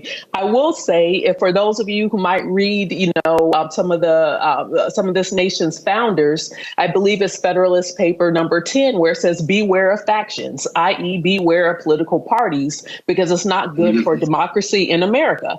And so even looking at this nomination process, the Constitution spells out how to go about selecting a president in this country. And what's unfortunate is that we have outsourced that to political parties. And I think that is to the detriment of democracy in America. It should not be the Democrat nominating process. It should not be the Republican nominating process. But I think for this country to move forward in a positive way that's pro-democracy, we're going to have to figure out how to get out of this diametrically opposed two-party system, because I don't think ultimately that is in the long-term benefit for America. And Joy, on that point, Rebecca earlier mentioned Reagan had early stages of Alzheimer's. Ron Reagan has confirmed that his second term. James Baker attempted to invoke the 25th Amendment in 1987, I believe.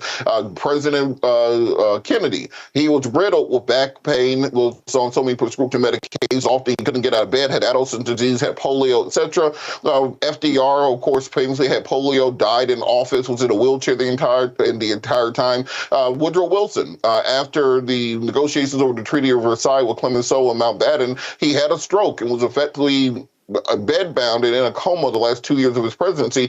And we seem to have been fine as a nation, despite those things taking place. Should Democrats just de-emphasize the particular president and say you're voting for an administration, you're voting for a team, Absolutely. You're voting for a Department of Justice, you're voting for Supreme Court justices, you're voting the federal court. It doesn't matter who's at the top, you're voting for an entire legislative agenda. I keep trying to tell y'all this. It's about the party. It's the whole apparatus. And let's be clear. I mean, I understand what you're trying to say and doing historical analysis. There's a very difference between having a cognitive decline, right, and having a physical decline. Physical, I'm not worried about that. I don't think any of us should be worried about that. Matter of fact, I think we should embrace. Governor of Texas has a physical disability, is partially paralyzed, and he can do plenty of evil. So, he's very, very, very able to do that. So we should not engage in any ableism. But of course, having a cognitive decline is different. I am not aware of any medical reports that Biden is undergoing a cognitive decline. You could say, well, I don't believe it. I can see my eyes, whatever. I mean, I'm not a doctor. I'm not an armchair doctor. I don't play one on TV. And so, for me, I'm happy to wait if he feels like there needs to be some medical evidence of that. I think that they have been some forthcoming with reports from his doctor. Maybe we need to hear more. But we're making so many assumptions. And it's also very unfair because when he was at the State of the Union, everyone was singing his praises. He was fantastic last night at NATO. So he definitely had a bad debate performance, and it is clearly one that he is self-admitted he's just not good at it, never has been, and is getting worse. Who cares? I actually don't think he should debate Trump. It's not a good, when you're in a position, you're the president of the United States, you have the big plane. You do what works for you. If it doesn't work for you, you don't do it. And we're in an era where the expectations have gone. We don't have to put on pretenses. Donald Trump puts on no pretenses. The man is a convicted felon. The rule book is thrown out. I would take Joe Biden in his cognitive state, whatever it is, over Donald Trump 7 days a week, twice on Sunday. Time to get paid, blow up like. Fanbase exclusive audio rooms are here. Now tap, talk, and get paid. Monetize your live podcast and most engaging conversations. You can now create exclusive audio chat rooms only for your subscribers and biggest fans. And as a user, subscribe, listen, and talk to your favorite creators. Now tap, talk, and get paid. Because everyone's a fan of something, and everyone has a fan base. President Joe Biden made it clear that the only way he would not drop out of the 2024 presidential election was if his team told him he could not win. In his unscripted press conference, the 81-year-old spoke and answered questions for nearly an hour. Biden told Americans he was the most qualified person to run for president and that we can't afford to lose what we've done.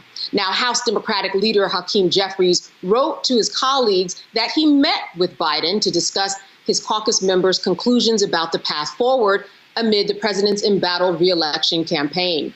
Several Democrats on Capitol Hill have publicly called on him to step aside, but others, like my next guest, are supporting the president. Joining me now on the phone is California Congresswoman Maxine Waters. Congresswoman, thank you so much for being with us tonight. You're absolutely welcome, and I'm delighted to be with you. And it's so important that you're giving us the opportunity to talk about what's going on during this election time with Biden and with Trump. I'm ready to go. All right. And certainly you are ready to go, and you have been ready to go quite a while in terms of your unwavering support for the president. Talk to us a little bit about what's going on behind the scenes. People think that we're not hearing something or not seeing something because we do see a lot of headlines about people perhaps privately asking about his health and what he's going through. Can you tell us anything about what's going on behind the scenes that might be a lot different from the narrative that's out there? I don't know how much different it is, but I can tell you this. There has been a decision by some that they are not going to support him. And the reason that they give is he's too old, he's not capable, that something may be wrong mentally, on and on and on. Whatever the reasons are, there is a plot, and it is being organized to try and get this president to so-called step aside. And I had a talk with some young people in Chicago today about stepping aside. And I was reminded, and we discussed it a lot, that step aside simply means that the president will be president up until January. They're not saying resign. They're not saying get out of the presidency, because if he did, Kamala would automatically become the president. She's the vice president. And if the president resigns or something happens to them where they cannot perform their duties, that's what the vice president does. The vice president takes over. But in this plot that's going on, there is an attempt to get him to step aside and not resign because they would rather we lose the ability for Kamala to be president or even to remain vice president. And so it's a lot of tricks going on. But anyhow, you take a look at the number of people in the House of Representatives. I think it's up to about 19 now. And television keeps saying that, there's a huge call to make him step aside, to get him to step aside. But 19 out of 213 is not huge. And what you see are, members, most of them, I think, maybe believe that he cannot perform his duties, that somehow he won't be able to beat Trump.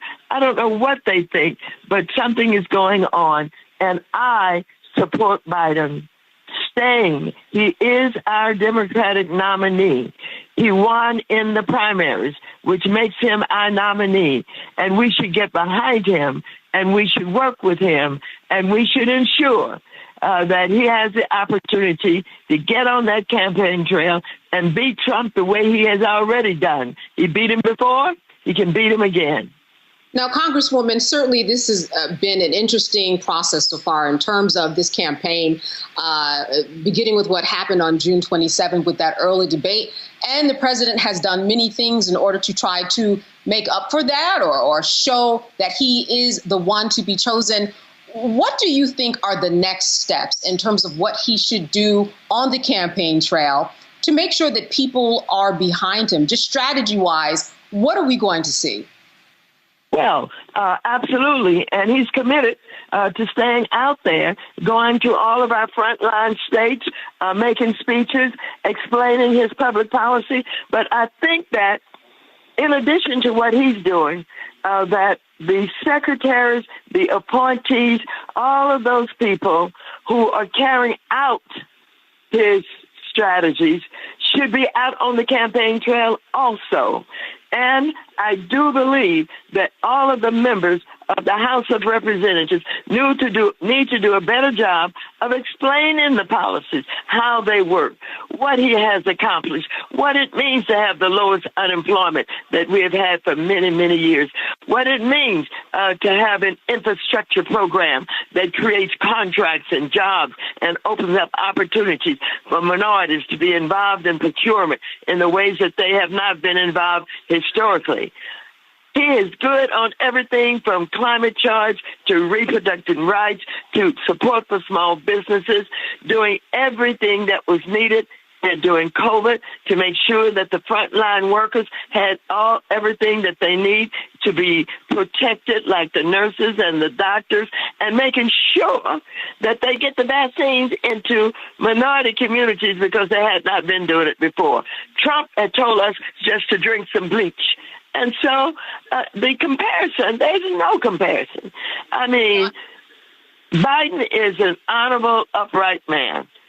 Trump is a liar. He's deceptive, he's destructive, and he's divisive. I wanted to jump in and talk about the vice president for a moment, just in terms of positioning her so that more people will recognize what she has been doing. Many have been trying to make the argument that she has been doing quite a bit, but we haven't heard about it. And I'm wondering what you can let us in on in terms of what's going on behind closed doors to find out what is going to happen with her positioning and how she's positioning herself right now on this election campaign. Well, first of all, as the vice president, she's running as a team with Biden. They are a team. They're running together, do not tend to be separated. She's been out on the campaign trail and has attracted a lot of support from women, talking about reproductive rights, women's rights. She's been excellent on those issues. She also has been excellent on dealing with small and minority businesses and education and all of these issues.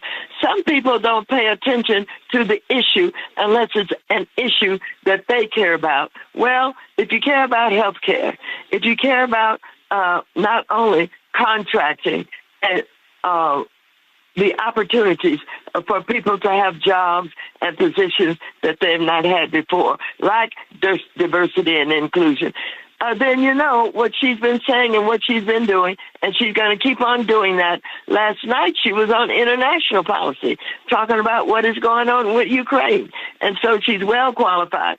She's well equipped to do what needs to be done. She's been an asset to Biden, and the two of them working together have kept their promises.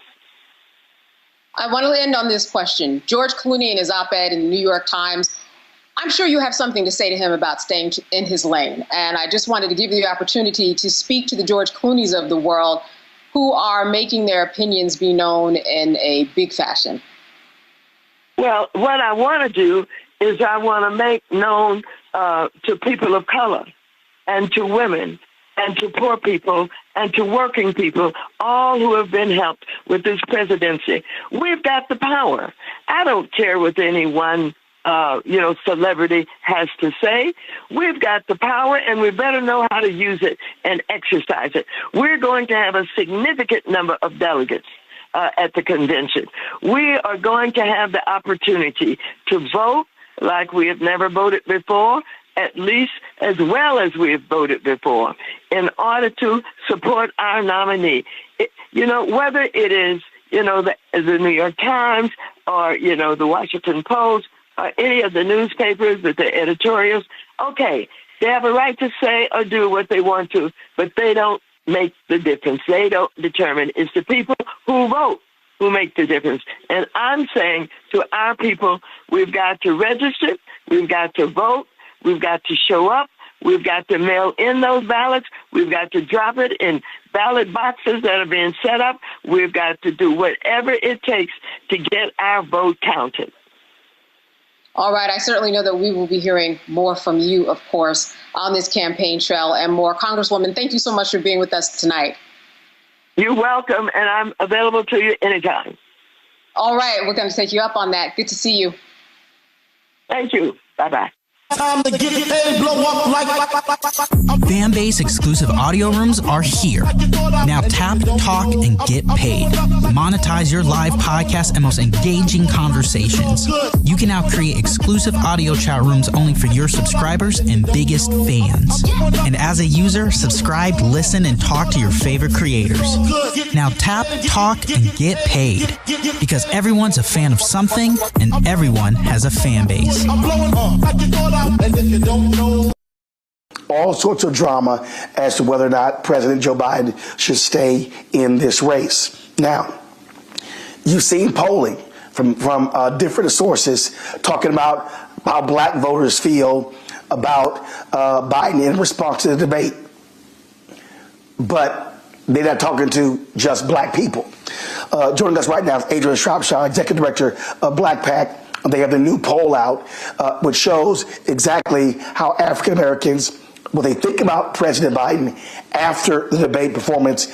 So glad to have Adrian here. And so, Adrian, again, it's driving me crazy seeing these polls and seeing them talk about black people from the New York Times poll or YouGov and others, when there's a very small sample of black folks. Talk about the poll that y'all just released. So we had a poll in the field when the debate happened, and we were trying to do, in that poll, what we're always trying to do, get the snapshot of where black voters are at any given moment throughout the cycle. And so the data that we released, and we actually have more data to release, we wanted to get this information out because it felt like it was important for the debate that was happening in the country. The data that we released shows, one, the kind of steady progress that the president's campaign has been making with black voters. And so one is that, so the one piece of information is that from our last poll in February to the poll in June, the president was actually increasing his support numbers among black folks. That's important because it means that the work that they've been doing to make sure that they're breaking through with black voters, it was actually working. The second piece of data that we released essentially says that for black voters who watched the debate, their support numbers for the president increased, right? So they watched the debate, they saw it with their own eyes, they saw two things on the debate stage. One, they saw Joe Biden give a very poor performance that I don't think anyone disagrees with, but they also saw a liar who stood on the stage and lied for 90 minutes. And they made a choice about which of those two candidates that they understood who they were before they watched the debate, but after the debate, increase their support for Biden. For those people who didn't watch the debate, we saw the opposite effect, which means that their understanding, people who did not watch the debate, their understanding of the debate was influenced by the post-debate narrative. And they didn't have the same level of support, increase in support for Joe Biden. And so that's important because it says that people are making decisions based on what they're seeing in their social media feeds or the sort of narrative that is emerging around what has happened that isn't exactly, I think, what people who saw the debate saw, right, with their own eyes. So that feels important, right, in terms of how impactful the things that people say about what is happening or how people interpret what's happening in the race has real implications for the way that the base sees what's happening. So, Adrian, when looking at, again, your polling, so what we're seeing is that all the trepidation about Biden, his age, that we've seen since last year, closer you get to the election, folks go from, I don't know, to, yo, now I got to lock in. One of the things, all I heard today was Project 2025. Yes. I wasn't at Essence, but I got reports from people as well. Yeah. And so what's interesting to me is that while these Democrats on Capitol Hill are trying to, frankly, dump Biden, you have the base that's saying this is a clear and present threat that could very well change this election if they don't change the top of their ticket.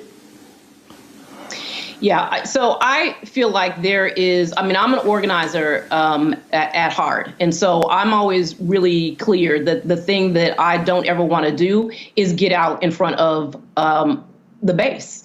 And I think that what you just said is very accurate. And we've seen this, too. I mean, obviously, you've seen the searches for Project 2025 go up. I mean, Taraji P. Henson did everyone a solid when she stood on the stage and said Project 2025 is dangerous to us. Go look it up. Because I think that people are zoning in, right? People understand and understood before. I don't, I think that Black folks and the voters that we've talked to, whether it's in our focus groups or on the doors, right, where we're knocking doors in battleground states, are really clear about what the stakes are. I think that 2025, the Project 2025, and as people are, looking it up and trying to understand what it is and the implications that it has, not just for the country, but for Black people specifically, it only clarifies more how much danger, right, we are in as a nation. It makes the stark contrast and stark relief about the existential threat that Donald Trump poses, and that the Republican Party, which is, adopting 2025, whether they, are trying to distance themselves from it or not, you can look at what the Republican Party just put out as their national platform in 2025 and see where the overlap is, right? And so, I think that as those data points become clearer, as people see and hear Donald Trump, as they have been the entire time, and the kind of unhinged, rhetoric that he has on his rallies, the things that he said, at the debate, sort of doubling down on racism, right there on the debate stage, talking about the types of jobs that Black people deserve, talking about immigrants. People know what's at stake, and they're clear that we need to be on the side of democracy and saving this democracy as we have always done. But people are also really clear that we need to get the House in order to get about that business of making sure that Donald Trump doesn't see the inside of the White House again. Adrian, I'm going to ask you another question before I got questions from Robert and the rest of the panel. And then that is, we're now in uncharted territory. You talk about being an organizer. You see what's happening on Capitol Hill. This is being driven by the party elites, these top donors. I talked to some prominent Democrats before I came onto the show. Congressional Black Caucus has been locked, strong and locked, saying you stick with Biden Harris.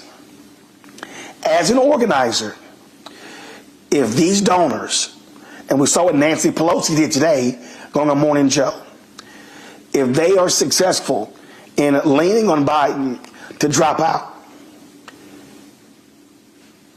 all the things that you talked about completely shut down, all the forward progress, because now for the next month until the convention, you don't know what the hell is going to happen. Yeah, I mean, I think Pelosi clarified her comments when she got back to her office and said that she thought that the New York Times in particular had misinterpreted what she said.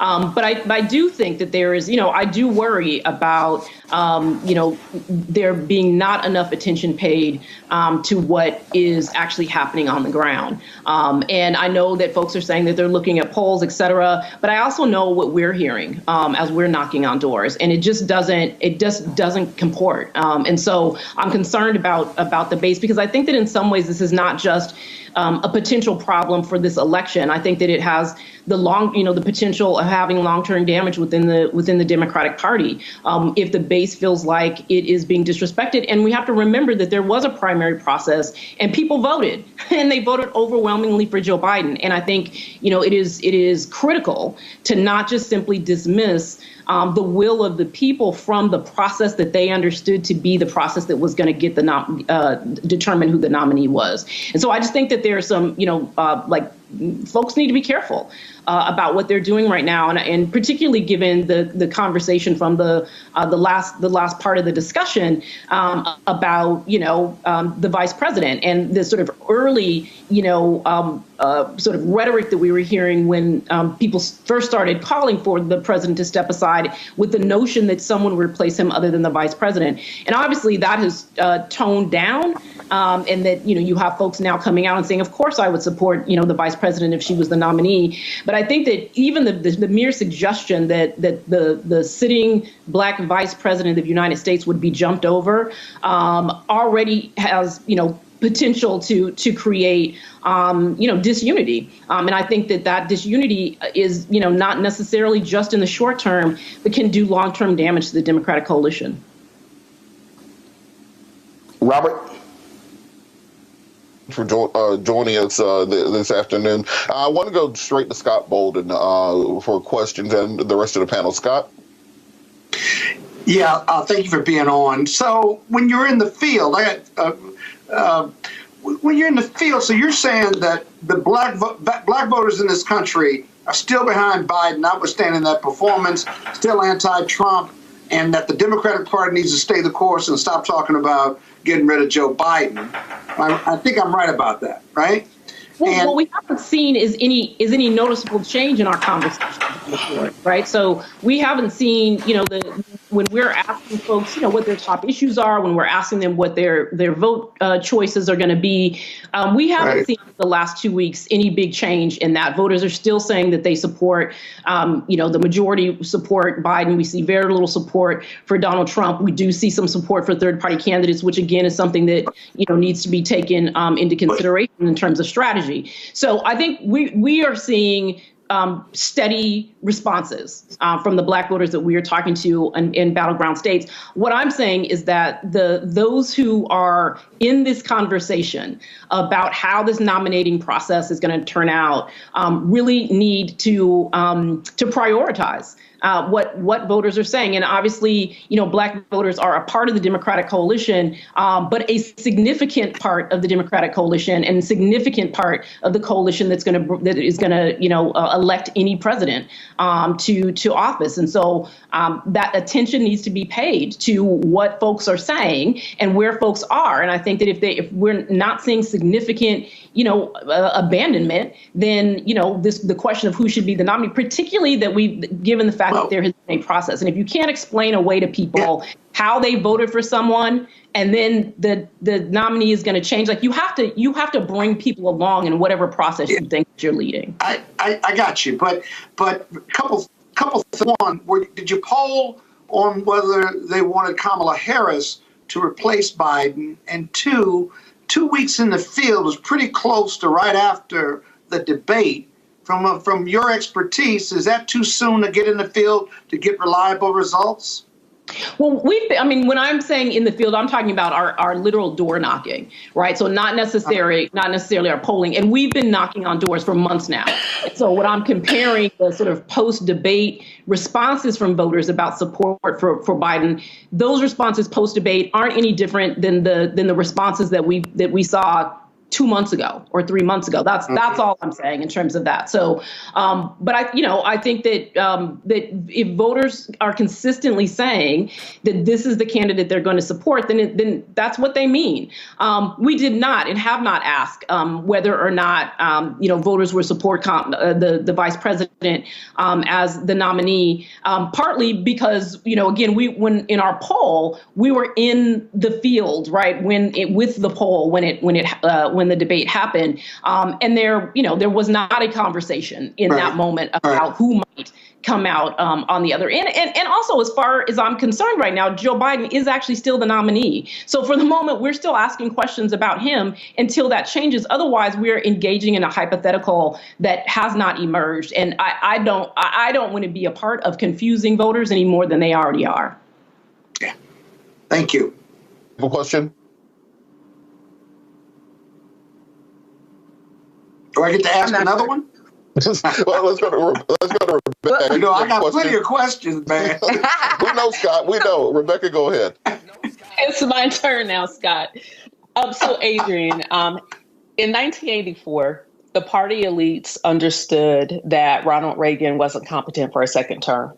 However, Ronald Reagan was reelected, and we now know through history that Ronald Reagan largely did not run his second term. Someone else was in charge. So should we be asking voters, and particularly Black voters, whether or not Black voters feel or think that Joe Biden is competent to serve a second term?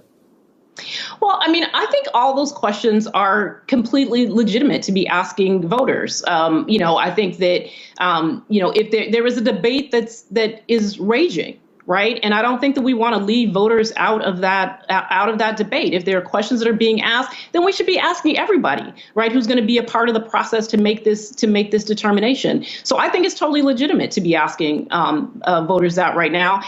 But I think that we have to accept their answers, right? Either way that they go. If Black voters say, yes, I think Joe Biden is old because y'all been telling us he's old for 2 years, and yeah, he's a little slow on the uptake, but I'm sticking with him, then that's what they're saying, right? If they say, yeah, no, I don't know, I was taken aback and I'm not sure if he should be the one, then we should take that into consideration as well. But I don't think that folks should be making assumptions about where people are and arriving at conclusions because we want voters to be someplace that they are not. All right, now, Joy, do you have a question? Yes. And the other question, I have for you is, I totally agree with you, Adrian. And the other question is, who are they going to vote for? Because people can think all kinds of things, but ultimately they're like, hey, this is who I'm still planning to vote for because the issues are beyond how I feel about him, how I feel about her, how I feel about, multiple people. And then the other question is, beyond Kamala Harris, who else do people have emerged as someone who they would want? Is there some name that's been floating out there that people are excited about? Because I'm going to be honest, I haven't heard it. I've only heard Joe Biden and I've only heard Kamala Harris, and I'm inclined to believe them. We certainly haven't heard anyone raise any other potentials. And I also just think that, when we think about, if this is the work that you do, right, then you understand that there's a deep Democratic bench, right? And names have emerged and we've all seen them. I'm not sure that voters at large, and that includes Black voters, know much about any of these folks, right? And so when we talk about the time that we have to get to the convention, I'm not sure that there's time to actually inform, right? Like bring people along, about a candidate that they have never heard of or don't know much about. I think that the reality is that, to your first part of your question is that people know what's at stake. They understand the danger that we face as a country, as a nation, and as a community, right? People understand that, and they are going to mobilize around that point. I think we can't say enough that the threat is existential. It is a choice between an America that maintains a democracy, that gives us a fighting chance to have a more perfect union, right? That gives us a fighting chance to have a multiracial democracy that is grounded in justice, right? Like that gives us a chance at that. Or an America that literally crashes out and goes with dictatorship and authoritarianism. And I think that is the choice. And people understand that. And so when given that choice, I believe that not only us, right, not only our community, right, will do what needs to be done and show up in the way we need to show up. But I also think that, that ultimately Americans will as well, right? Like the clarity, is before us. And so I think that that's true. I worry about the conversation and the debate that's happening and the sort of chaos that it feels feels like is happening in the Democratic Party. I worry about it leading to a sense of defeatism, right? That it leads to a sense among the base and among voters in general, the Democratic base and voters in general, that all is lost, right? That things cannot be done. And you see the chaos, and what does it even matter anymore? And so that's what I worry about, a prolonged infight, right, among the Democratic Party. And it's not just the Democratic Party, to be clear, right? There are folks who ain't never been a Democrat, right, who are in on this conversation, right? They want to say they don't have a vote, right, because they are not delegates, but they want something to say. And so my worry is that a prolonged internal fight actually begins to just depress the vote. I think that's right. I want to get back in there too. And on that point, we keep hearing this idea that there's 20-something% of black men that are going to vote for Trump, nearly double the number of black women that are saying in some polls say they're going to support Trump. Are you seeing that reflected in your polls? And then after, we're going to go back to Roland. No, not at all. Not in any poll that we have ever done, not in any focus group that we have ever conducted, and not on the doors as we are talking to voters. It just, people may say different things in polls, right, when people call them. But when you sample, when you're having conversations, you're doing polling with a large sample size of black voters, that doesn't emerge. We've seen the level of support for Trump be very consistent with the actual turnout support during elections, right? 16, 20, right, during the midterms for other Republicans. We see that level of support, remain consistent. It's under 10%. And so, 7, 8, 9% maybe, right? And so I think that we haven't seen it, again, not in our polls, not in our focus groups, and not as we're talking to voters at their doors in battleground states. No, absolutely. We're going to throw it back to Roland and Dallas. Roland? And that's one of the reasons why I wanted to make sure that we had you on here, Adrian. Look, mainstream media, they're not talking to y'all. Again, y'all are polling, a significant number of black people, way more than the rest of these polls. In fact, I was on Twitter earlier, and Matthew Dowd was quoting black people, how they feel about Biden, from the New York Times poll. And I said, Matthew, if you're going to quote black folks, quote the Black Pack poll. Don't sit here and quote the small sample in the New York Times poll. But again, that's the problem that we continue to face. Adrian, we appreciate it. Thanks a lot. Yeah, thank you so much. Time to get paid, blow up like Fanbase exclusive audio rooms are here. Now tap, talk, and get paid. Monetize your live podcast and most engaging conversations. You can now create exclusive audio chat rooms only for your subscribers and biggest fans. And as a user, subscribe, listen, and talk to your favorite creators. Now tap, talk, and get paid. Because everyone's a fan of something, and everyone has a fan base. Despite numerous news articles, political pundits, and calls for Biden to end his re-election campaign, a new Northeastern University study finds that the president's June 27th debate performance has had almost no impact on voters' preferences. 94% of those surveyed who had said before the debate that they were Biden supporters said they would continue to support the president. But just 86% of those who indicated support for Trump before the debate said they would continue to do so. Now, if you listen to that and then listen to all the rhetoric afterwards, you go, what the hell is going on? L. Joy Williams, of course, a longtime activist strategist, also a Sirius XM radio show host, joins us right now.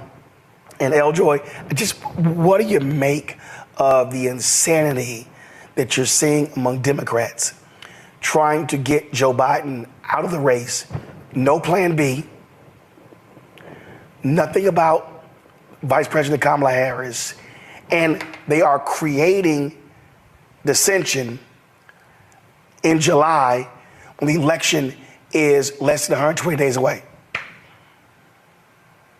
It's absolutely reprehensible to watch this unfold, because this is an issue of media making. right, is that it's something for pundits and, cable news talking heads to continue the conversation on, instead of paying attention to the political landscape and what is happening around us, who is on the opposite side. And instead of focusing on that, they need something else to drum up viewership. Right? Because if we could keep a speculation that there may be some drama at the convention, then that means more people will be tuned in and will watch our channels to see if there's drama at the convention.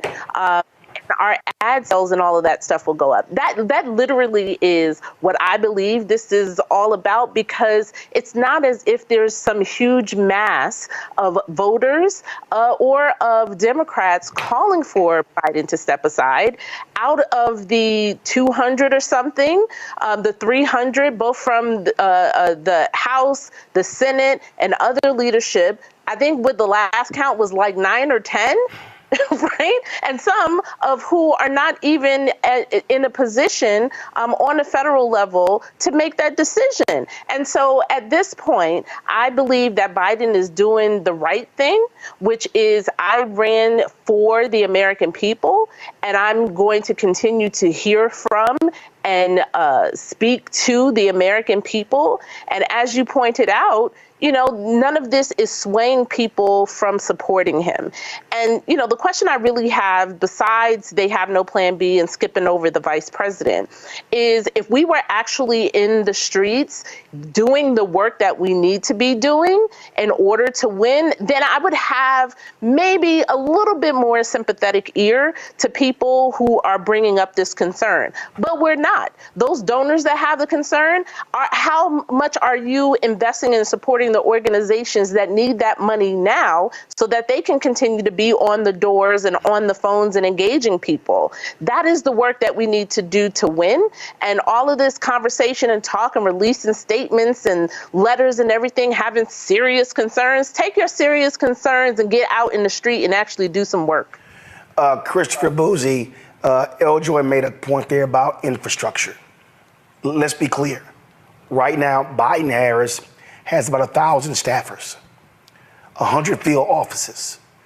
If Joe Biden drops out and you don't pick Vice President Kamala Harris, you can't transfer those assets to other candidate. You can't transfer the money. So you have an infrastructure problem if you don't go with Vice President Harris. I don't understand how these people don't realize that. Once again, it's insanity. Legally, you can't transfer the money because that money is for the Biden-Harris ticket. So legally, they can't. And as you pointed out, the infrastructure on the ground, if you replace both and you try to plop 2 new people in there, it's virtually impossible to be able to then set up a ground game and be competitive in November. And let's not forget who I don't know who this magic person or persons will be, but they're going to have to then introduce themselves to the American public. And just because someone may be popular in their state does not mean they're going to be popular nationally. I mean, we saw that with Ron DeSantis. He was supposed to be the person to take on Trump, and that fizzled out pretty quickly. So, I really honestly don't understand what these folks think they're going to be able to do in terms of pulling Biden out and putting somebody in. It doesn't work that way. And one other thing, Roland, that's been driving me also crazy about this whole thing.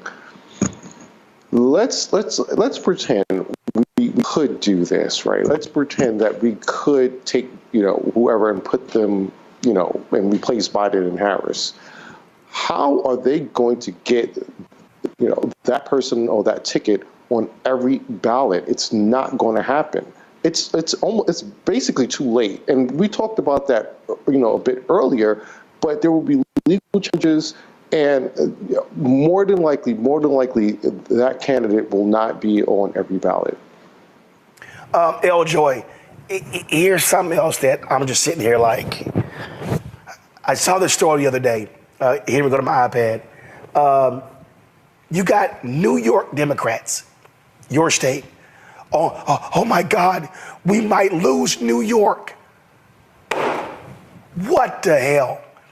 These blue states, are you trying to tell me that all of a sudden Donald Trump is going to win Minnesota? He's going to win New York State. He's going to win Illinois. And if he does, it is because of a failure of leadership and work. The reason why we lost a congressional seat is a lack in the failure of the governor at that time to really invest in redistricting efforts. In order to do that resulted into us not counting enough people in order to keep our seats. Then fast forward, when we do get to the midterm election, it was the lack of investment in a coordinated strategy to protect and expand the congressional districts to make sure we retained what we had. So again, it is not because of one individual man at the top of the ticket. It is because of a lack of work. And that's what is really bothering me so much about this, as they are asking one man to step aside as if he is the only one that has to do the work in order to win in November. And that's not the case. If you're talking about winning to protect democracy, that is not an effort for one man. That is an effort for all of us to come together and do our respective part. And so Biden is doing his part, right, in carrying the banner. Harris is doing her part in carrying the banner for the party. And we need everybody else to do their part. And if you're a donor, invest now in the resources that people need in order to continue the work. If you're a talking head, you need to invest in talking up what we are voting for, not just what we are voting against. If you're an individual activist, you need to make sure that you are working within your sphere of influence to make sure that people understand the misinformation and the disinformation that's being sowed, that people understand what's at stake, and to understand what we will be able to do with a second term of a Biden-Harris administration. There's still voting rights on the line. There's still issues related to gun violence on the line. We are going to be able to do much more if we have a president like Biden and also Vice President Harris in the White House. We are able to do more when we are in control of Congress. And that is what people should be focused on, not one 90-minute debate.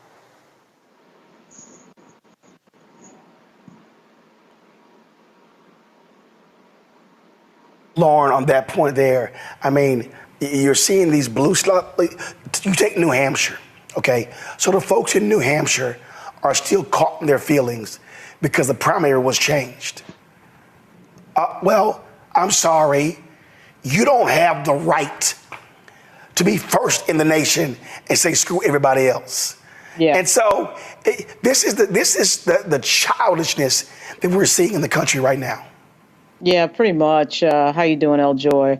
I'm from New York. I was born in the Bronx. There's no way that the Republicans are going to win New York. That's not going to happen. It just shows you the mania that El Joy already pointed out in the media on this topic. There's just a lot of strange things going on. I think certainly the media is in a failed business model, as you had mentioned before, Roland.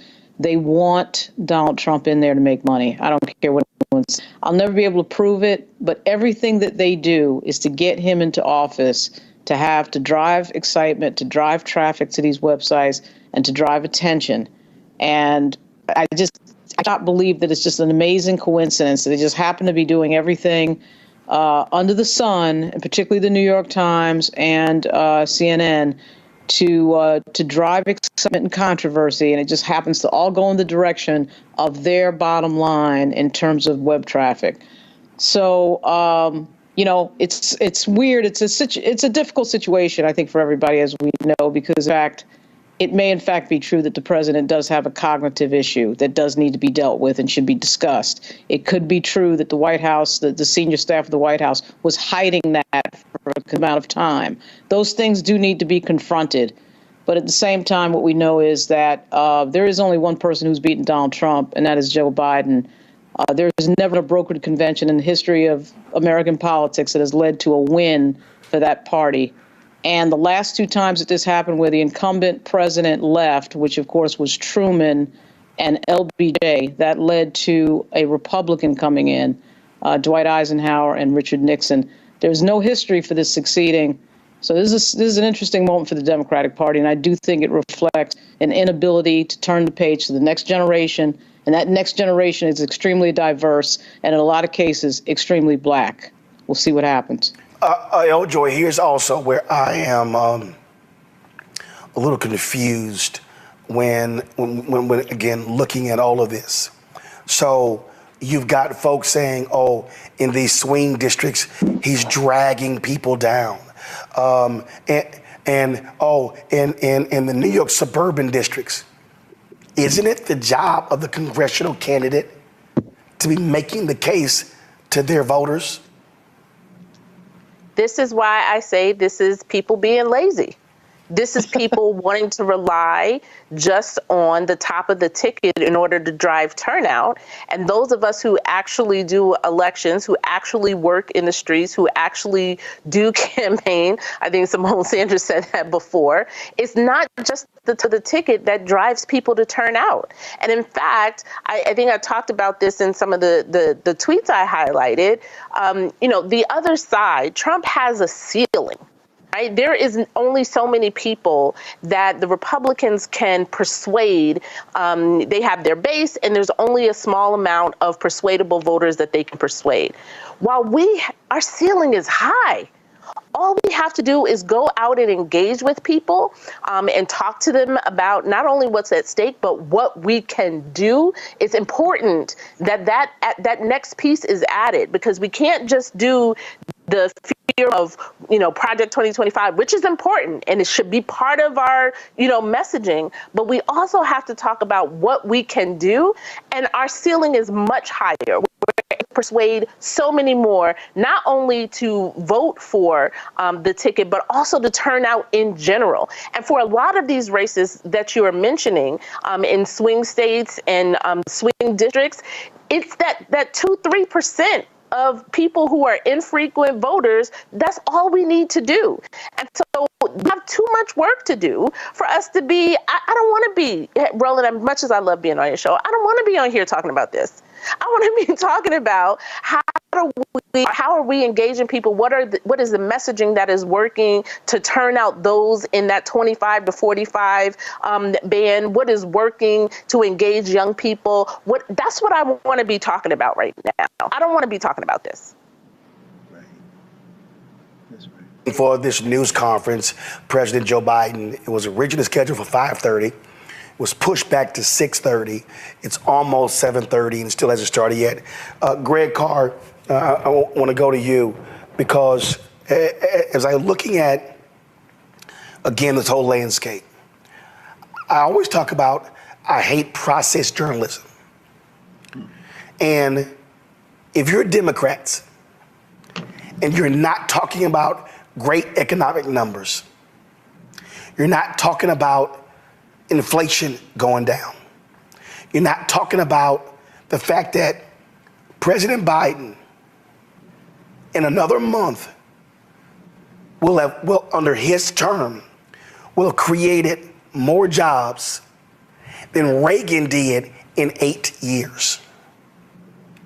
So you got Democrats who keep going on television, targeting him and not telling a great story. Democrats can't blame that on anybody else but themselves. Time to get paid, blow up like. Fan base exclusive audio rooms are here. Now tap, talk, and get paid. Monetize your live podcast and most engaging conversations. You can now create exclusive audio chat rooms only for your subscribers and biggest fans.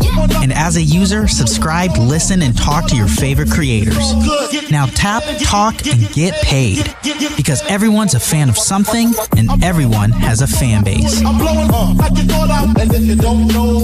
So far, about 20 Democrats have publicly called on President Biden to withdraw from the presidential race. A couple will say he should resign the presidency. Well, the folks at Black Voters Matter released their own statement calling such a decision reckless and short-sighted to change the nominee this late in the process. Joining us right now is a co-founder of Black Voters Matter, Cliff Albright. And Cliff, every time I saw one of these people put this thing out, I would go, okay, who's your pick?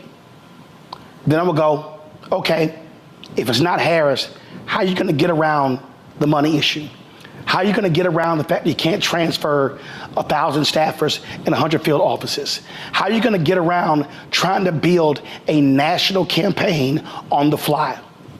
None of these people could answer any of those questions. That's why this was stupid. Yeah, and I think that what you're raising, the question that you raised in terms of like who else would you be picking, I think really shows the problem. You know, there's a meme going around on social media talking about, the real problem with Biden's age is really Kamala Harris's race and gender. And that's really what's driving a lot of this, is that you've got some elected officials, some donors, definitely the media, it's not enough of an answer for you to say, well, if something were to happen to Joe Biden, heaven forbid, but if something did, obviously you got a vice president that's gonna fill in.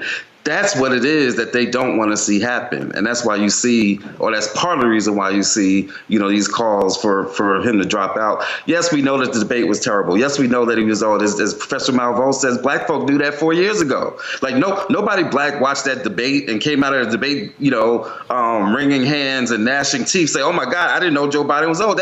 We knew that already. That was already baked in. But what we recognized 4 years ago, just as what we recognize now, is this is the best chance of beating Trump, and part of that is because of our distrust of the way that other white folks might vote. But what you're raising is really, it's a big part of the issue, which is that there's no process for how they would go about doing this. And we've argued that any process that would pass over the vice president would be detrimental to the base. You'll immediately lose a whole bunch of black women and black men that will see that level of disrespect. We, in our statement, what we said is that we want to see the process be respected.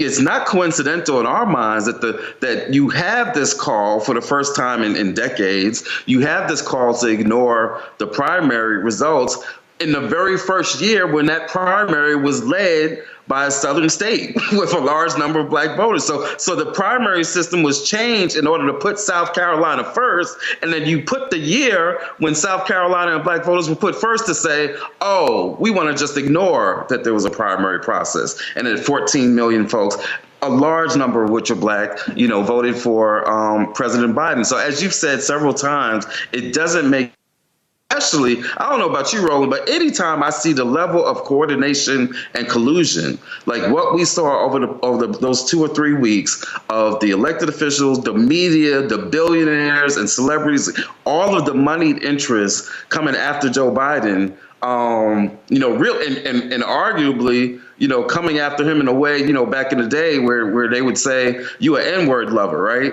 I think part of the anger that he's been getting has been because of having a first black woman vice president, because of putting a first black woman on the Supreme Court, because of putting an historic number of judges within the judicial system. And we got another reminder today in the form of Judge Cannon about why it's important that you're able to put these judges in these positions. And so, when you see that level of collusion coming from the media and ignoring the polling, which I'm not a big fan of polling, like the same people that are talking about these polls now are the same polls that were telling us that there was a red wave coming in 2022, and we see where that wound up. So I'm not a big fan, except for a couple of people that I trust. But when you look at the polling that's come out over the past couple of days, with Biden either maintaining where he was, or in some cases, like with the Marist NPR poll, where he's developed a 2-point lead, and there's some other polls showing that he's developed the lead. When you see that happen after 2 weeks of just being pummeled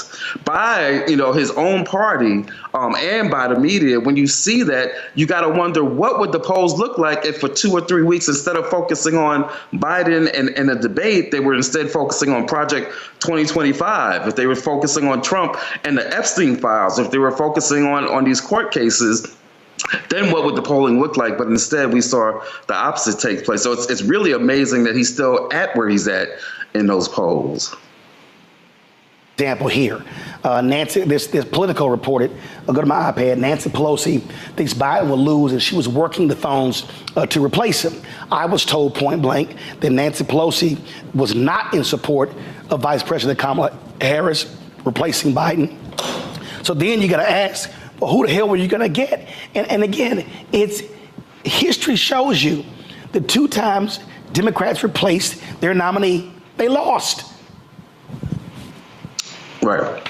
Yeah, I mean, when you look at the Democrats in contested conventions, 1968, of all places, Chicago, when you look at the 1980 race and, Kennedy challenging Carter and what took place there. And then even as recently as 2016, which was somewhat of a contested debate, contested convention, those don't end well. They just don't end well. And this year, I think especially would be chaotic, and I really think would create a process where you'd see a lot of Black voters feeling like our voices were just ignored in favor of, again, the big money donors and celebrities, and in terms of the media, the corporate media interest. And so I don't see that process ending well. And I've got to add on that, look, there are people within our movement, people very close to me, me, myself, who have legit concerns on policy matters in regards to President Biden, and one policy matter in particular in terms of Gaza. There's a debate that could be had there, right? Like people that favor human rights and all of that. We can have that debate and work out and discuss what would be better, on that issue. What would be better for Palestinians? Would it be Joe Biden, or would it be Trump, who we all know wants to expel Muslims and expel protesters and give Netanyahu a blank check to do whatever the heck he wants to do in Israel? But that can be a discussion. That's different from this discussion that we've seen in the media over the past 2 weeks, which has been focused on just his age, on just the debate, on just the polling. Oh, Lord.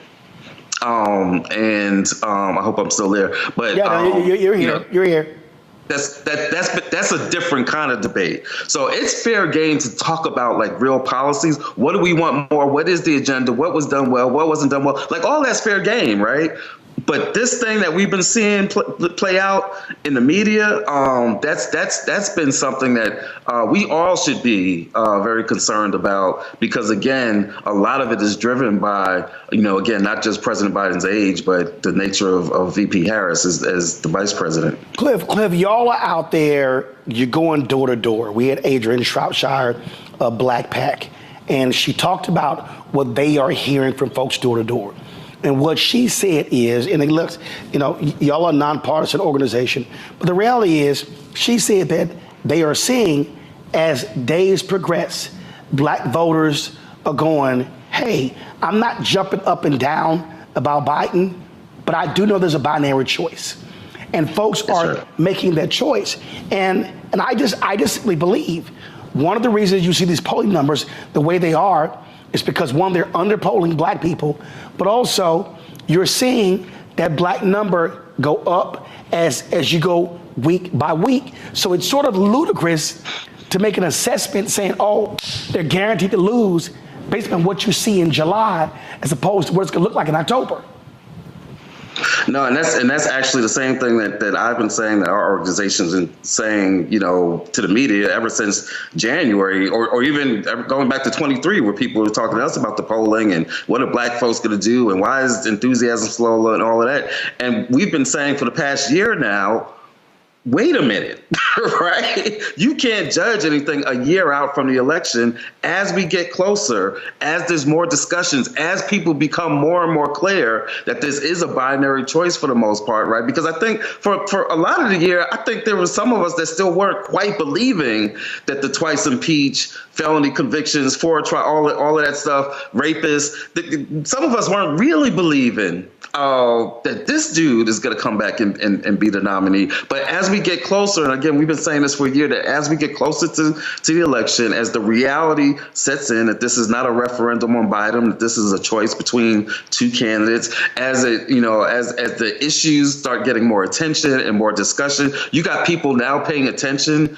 to the nature of the economy and what Black unemployment has been, and it's not as low as what we want it to be ever, right? It's always twice of whatever white unemployment is, but the reality is that under this administration, we've had the lowest unemployment ever in history. So that as we get closer to the election and we start getting more information about the reality of the economy, the realities around what this administration, particularly the Department of Justice, has done on police accountability and holding some of these police departments accountable, that the more and more that some of the good story gets out there, and again, it's not a perfect story, but there's a story there to be told. And we've been saying that the more and more that we have these conversations, the more and more that Black media gets resources to put information out there, the more and more that groups like ours and all the others in this ecosystem are able to knock on those doors and make those phone calls and send those text messages, the more that our folks get good information from legit conversations, that the more that you would start to see those polling numbers change. And that's exactly what it is that we've been saying. This ain't rocket science, y'all. But when you got a bunch of people out there that at the end of the day, and I've said this repeatedly for years, that you've got some Democrats, traditional moderates, whatever you want to call them, establishment, who would rather lose elections than to give way to a progressive Black and brown base, to give way to progressive policies, right? To give way to a president that would pick a Black woman to be his vice president, that there are some Democrats that would rather lose elections. And some of these quotes that we're now seeing coming out in the media are basically saying that, where they're saying, you know what, we're just resolved that we're just going to have another Trump presidency. The only way that you're resolved with that is if you really don't mind that happening. And you've got some people within the establishment that's that position, that they're okay with that happening, because at the end of the day, they don't have as much to lose as what our communities have. George Clooney and them, they don't have as much to lose as what our communities have stake. This isn't a game for us, right? These are our lives. When you look at Project 2025, it's the most marginalized communities, Black folks,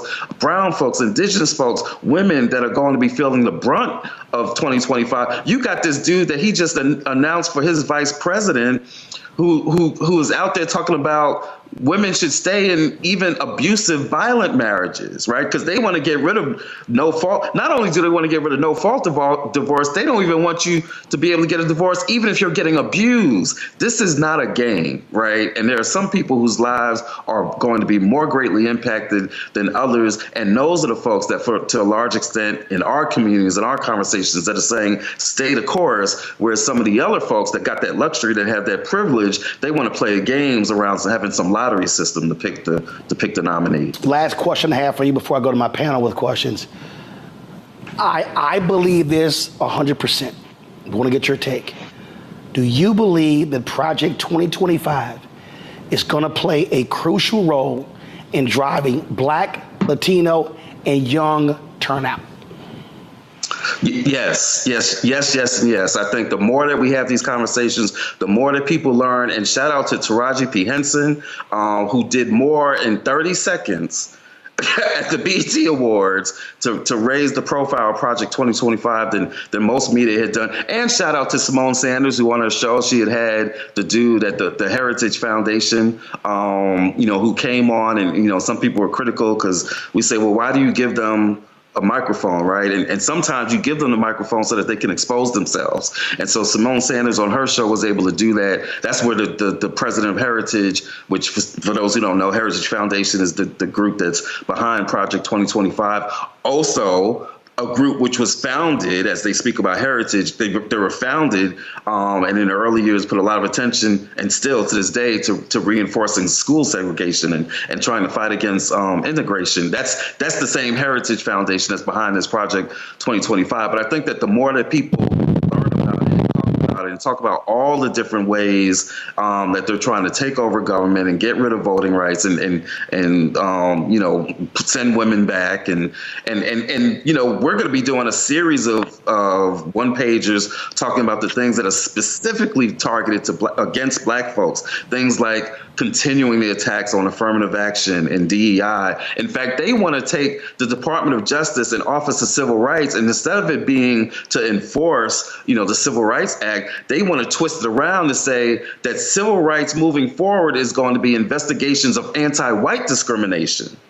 That's what this Department of Justice would become. And so any advances that we've made in terms of civil rights and having the Department of Justice enforce that and implement that would literally be turned around where they would now be criminalizing and investigating any efforts to deal with racial justice. That's part of what's at stake. Environmental protections. They want to get rid of the whole office whose sole job is to deal with environmental racism, right? Think about Flint. Think about Jackson's Water. Think about environmental catastrophes and the impacts of climate change and flooding in our communities.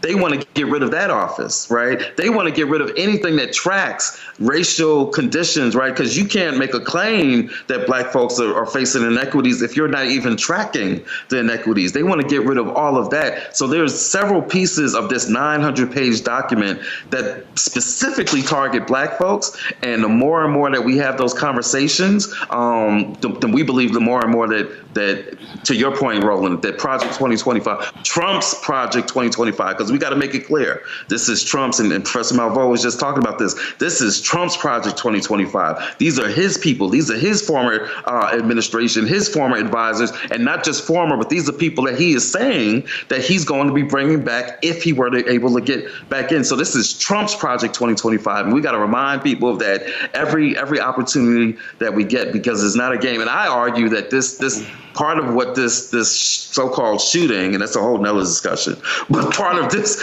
and Black Twitter is going to get to the bottom of it, trust me, but part of what's behind this so-called shooting is that it has changed the conversation where increasingly people are talking about Project 2025 online. Even some of the media was being pushed into it. And just like that, the narrative has been changed, so that now all they're talking about is the so-called shooting that took place. And so we have to stay focused. We can't wind up chasing all these other things. We've got to stay focused on talking about Trump's Project 2025, talking about what's at risk, and keeping our eyes on the prize.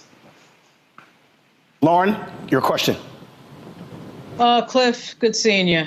We just had a primary, as you know, on June 18 in Virginia, and talking to people who've been knocking doors, they say the issue that keeps coming up at the doors is the economy, the economy, the economy. I wanted to hear from you. Do you think abortion is a big issue for Black voters in the same way it is for white voters? Or is it just the issue that the Democrats want to talk about because they're getting millions and millions of dollars from Planned Parenthood? What do you think about that? Thanks. Yeah, that's a great question. I actually think that it is a big issue in our communities, and for a couple of reasons. And you could look at Ohio and look at the turnout that you saw in Ohio when they had that referendum on abortion rights. Black folks came out in large numbers. I even saw a poll that said that Black men actually voted for the referendum even at an even higher rate than Black women. I'm kind of skeptical of that, but there's some evidence that that it's not even just a Black woman's issue, that Black men, and I think some of the conversations that I've had lots of conversations with brothers that were like, yeah, we got to do something about this. And so I do think that it's a big issue. And part of the reason it's a big issue in our community is because it's a combination of several things, right? It's a combination of the health, it's a combination of the choice issue, like in and of itself, right? It's also a healthcare issue. We know the impact of reproductive justice in terms of like maternal mortality, right? And so for us, it's a health issue. It's also an economic issue. It's not separate from those economic issues that people are very much concerned about. Whether or not you have a child is in part an economic issue. There are certainly economic implications to it. And so for us, and it's a criminal justice issue, because Lord knows that if they start criminalizing, having abortions or trying to travel across lines to do so, who's going to get profiled the most when they're on the highways traveling to do that? And so for us, it's a combination of issues. It's not a standalone issue in and of itself. And that's what we hear a lot when we talk about that issue. But they view it as a wedge issue, because you still do have some segments of our community, the deeply religious community that for them that can be a wedge issue. But I think to a large extent, I'm not saying it's more important than the economic, because again, I think that there's connections between them. But I do think that it's a legit issue that folks in our community are talking about. I will say this here: when they had the Ohio referendum, black men voted in significant numbers for that referendum in Ohio. Julian. First of all, thank you all for the work you do at Black Voters Matter. It's such an important organization, and it's really, really, really important. But everybody's talking about polling. Roland mentioned undersampling, the way that African Americans are undersampled. The other statistical issue is not only the undersampling, but the size of the samples. So we're talking about a poll that has 1,200 people in it and maybe 100 black people. Well, margin of error there is all over the place. Why aren't people talking more about some of these statistical errors as they talk about the flaws of these polls? Yeah, somebody famous once said, figures don't lie, but liars do figure, right? I've taken enough stats classes in my life to know that you can create a sample and sample size and all that to say just about whatever you want to say. But you're exactly right. That New York Times Siena poll that a couple of months ago made a big splash. It was one of the biggest ones that was talking about, black voters, and I think it was like the 5 or 6 swing states that they were looking at and saying it was like 20%. But if you got into the details of that poll had about 400 and something black folks, right? But again, this was across 6 or 7 different swing states. And so essentially what you were looking at was a national story that was really based on like 60 or 70 black folks in each one of those states. And so you're right, the sample sizes in some of these, especially when you're talking about black folks. But I think to answer your question, a lot of people don't dig into that level of detail. A lot of people don't dig into the methodology of these polls. They don't dig into the sample sizes. They don't dig into the crosstabs and the different relationships between age and race and all of that. And so we're just left with what? We're left with the headlines that whatever media, mainstream media, decides to focus on when they're reporting on that. That's why it's important for us to be able to do our own polling, and shout out to, Cornell Belcher and Adrian and work that Black Pac's been doing on doing a series of polls and focus groups, because they really were some of the first to be able to point out that, that there's a whole segment of our community that is thinking differently than what you would have the mainstream media would have us believe. And so we've got to be able to study these polls a lot more closely and to be able to do our own polling.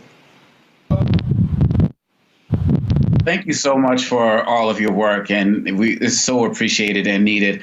There have been so many things that have been in the news, from abortion to the assassination attempt to all of these different conversations that are necessary to have. But I feel like one thing that has slipped off the radar is conversations about voter suppression. Can you give us your latest information and news you have about voter suppression efforts that you're seeing going on across the country?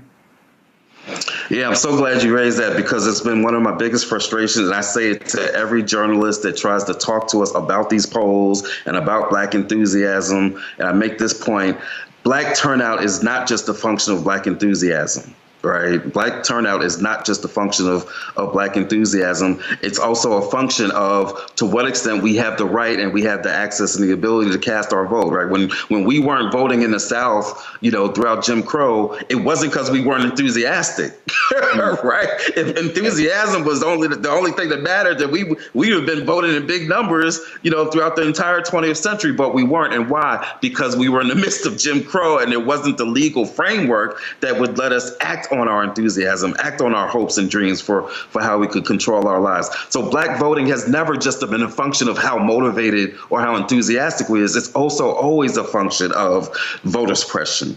And that's exactly what we're seeing and what we're very concerned about going into this election cycle. We know that the Republican Party has a strategy of recruiting thousands, I think like 10,000 of these poll watchers that they want to recruit. And in some of these states, those poll watchers have the ability, not just theoretically, like we've seen this happen in states so far. We saw it happen in North Carolina where they go into these polling places and they are intrusive, right? They get in the way of the poll workers, the poll clerks being able to do their jobs. They get in the way sometimes of voters being able to vote, and they wind up intimidating voters.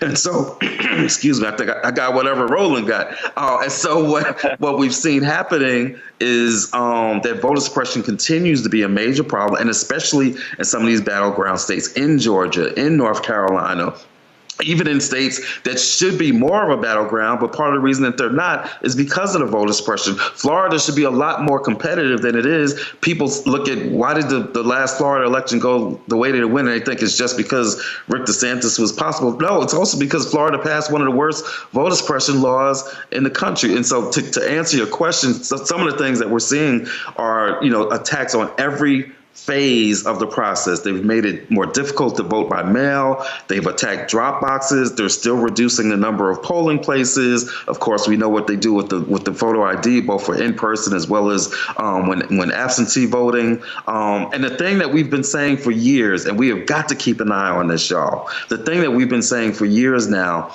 one of the most insidious pieces has been the way that in some of these laws, in some of these states, they've made it possible to take over local county boards of elections, to take over that process, to have board members be able to be replaced by the state legislatures, right? Or have the state legislatures. In some cases, they've taken away the power of the Secretary of State. I think Arizona might be an example of this, where they've taken away powers from the Secretary of State and put it more in the hands of the legislature. And so these different mechanisms that they're using, not just to suppress the vote, but also to control the count.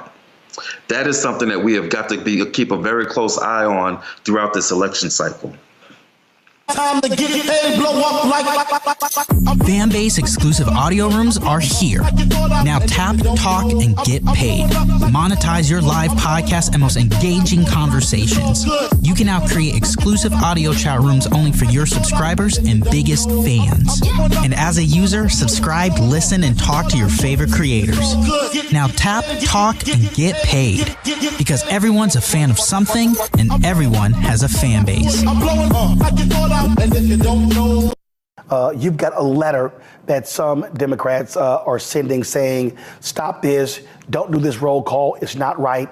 But again, what you hear from the DNC chair, Harrison, he's saying we cannot chance this by waiting for the courts. In fact, what he lays out, and again, he went back in his lengthy back and forth on social media with Nate Silver. And this is what Harrison said, because Silver called it a technicality. Go to my iPad. Harrison said, for the last few cycles, it has always been a technicality for Ohio and other states to give a waiver to the RNC and the DNC for their convention certifications. He said, for the first time ever, Ohio didn't do so. He said the DNC acted in our own best interest in May and decided to move forward with the virtual vote. The governor called a special session to address the situation. However, the Ohio GOP decided to play games, refused to pass a clean fix, and passed a bill that included a poison pill for Ohio legislative Democrats. Furthermore, they passed the bill as a non-emergency bill, which meant we have to wait 90 days for enactment, meaning the bill is not enacted until September after the original August 7th deadline. So we're supposed to rely upon the goodwill of those same people. Please don't gaslight me. He also said that he laid out in terms of the Rules Committee what they should be doing. Jamie Harrison is right. The last thing you want to do is throw this thing to the courts. And Nate Silver is even more pathetic because he actually said this here. Nor is Ohio a swing state.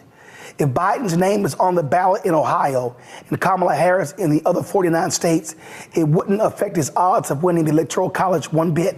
The job of the DNC chair is to have his candidate on all 50 ballots. Nate Silver should shut the hell up. You on mute.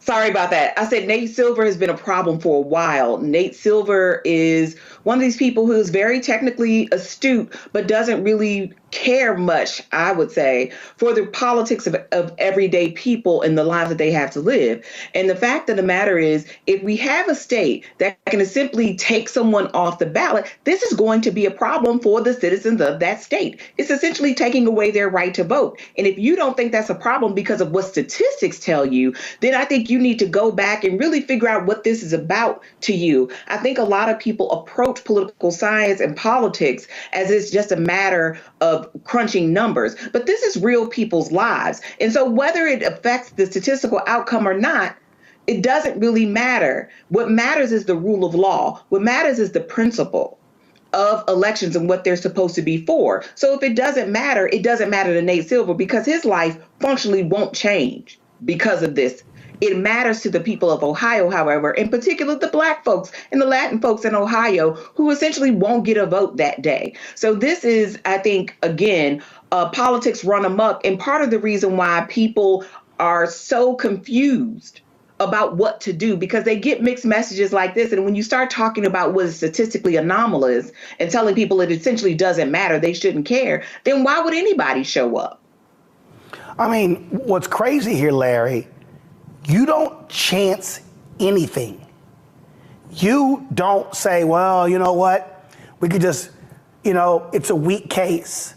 We have seen weak cases where the Republican judges just took it to the hilt. Yeah, so Roland, my colleague just made a great point. Another point, I feel like I'm reminded of Eddie Murphy, who said, don't fall off a banana and tailpipe. Listen, the Republicans have been tell us who they are for the last several years. And what's happened in Ohio has been going on for the last couple of months. So the chair is right. If you sit around and wait, who knows what's going to happen? You certainly, like I said, if this goes to the courts, you already see the kind of games they're playing. The other thing, Roland, about this issue, particularly about what's happening in Ohio, is this is a snapshot of what a Trump administration will be like if he gets elected. He wins in November and they get sworn in January. And I don't think people are paying close enough attention between the rhetoric about him talking about being a dictator and then the games that are being played by Republicans in the state of Ohio. They're directly connected. They're telling you now what it's going to be like under a Trump administration. And so it's going to be really important for, like I said, folks to go out and vote. The other thing is Nate is a data scientist. And so being a data scientist does not mean you are have enough background about politics to understand certainly the legal system. And then secondly, understand that many of the games that are played by state and local party leaders, particularly like the GOP. So I think his opinion doesn't really matter. And the other thing is, Roland, listen, once again, this is going to be like what it's going to be like living in the United States in a couple of months if people don't get out to vote. And so I know we're going to talk later about President Biden being at the NAACP convention, but it is really important, not only for Black folks and Latin folks in Ohio, but the states across the country to understand that this is the last line of defense to deal with these issues, because if not, you'll be dealing with this for years in the future, and then your grandchildren and children would ask you why. Where were you at, and why didn't you do something? The thing here, Mustafa, that is clear is when you have, first of all, Nate Silver, are you a reporter? Or what the hell are you? Who the hell are you to tell the DNC chair in a back and forth that he's gaslighting and they should not be doing something that they have the right to do? Well, Nate Silver has got that TV bug, right? If you have watched his evolution, then you've seen how when you say controversial things that you get more airtime. So I'm not taking anything away from him as a tactician, a statistician, any of the things that are in his technical wheelhouse. But we also understand how being on mainstream media works. So we have to ask the question, is this a part of his calculus as someone who deals with numbers of being able to have more time there? Besides that, the real question is, are people going to continue to be fooled? Because we continue to allow ourselves to say this could never happen, and then just walking down like we're walking down a dark alleyway after somebody done punched you in the head one time and saying, well, there's no way somebody gonna punch me again. With all the Supreme Court cases that we said could never possibly turn out the way that they did, and as devastating as they have. People saying, well, when they first heard about Project 2025, well, this couldn't possibly be as bad as folks on the Black Star Network have shared, or other folks. So I'm just wondering when folks are actually going to wake up and understand that there is a strategic set of actions that are being put in place. And with those strategic sets of action, there are also traps that they're hoping that you will step into, with the idea that this couldn't possibly happen. I couldn't possibly get caught in this bog, if you will, that would slow a process down, stop someone from being able to vote. So we just need to kind of wake up and understand that folks have actually thought this stuff through, and there is real intentionality in the things that we're dealing with in this moment. Time to get paid, blow up like Fanbase exclusive audio rooms are here. Now tap, talk, and get paid. Monetize your live podcast and most engaging conversations.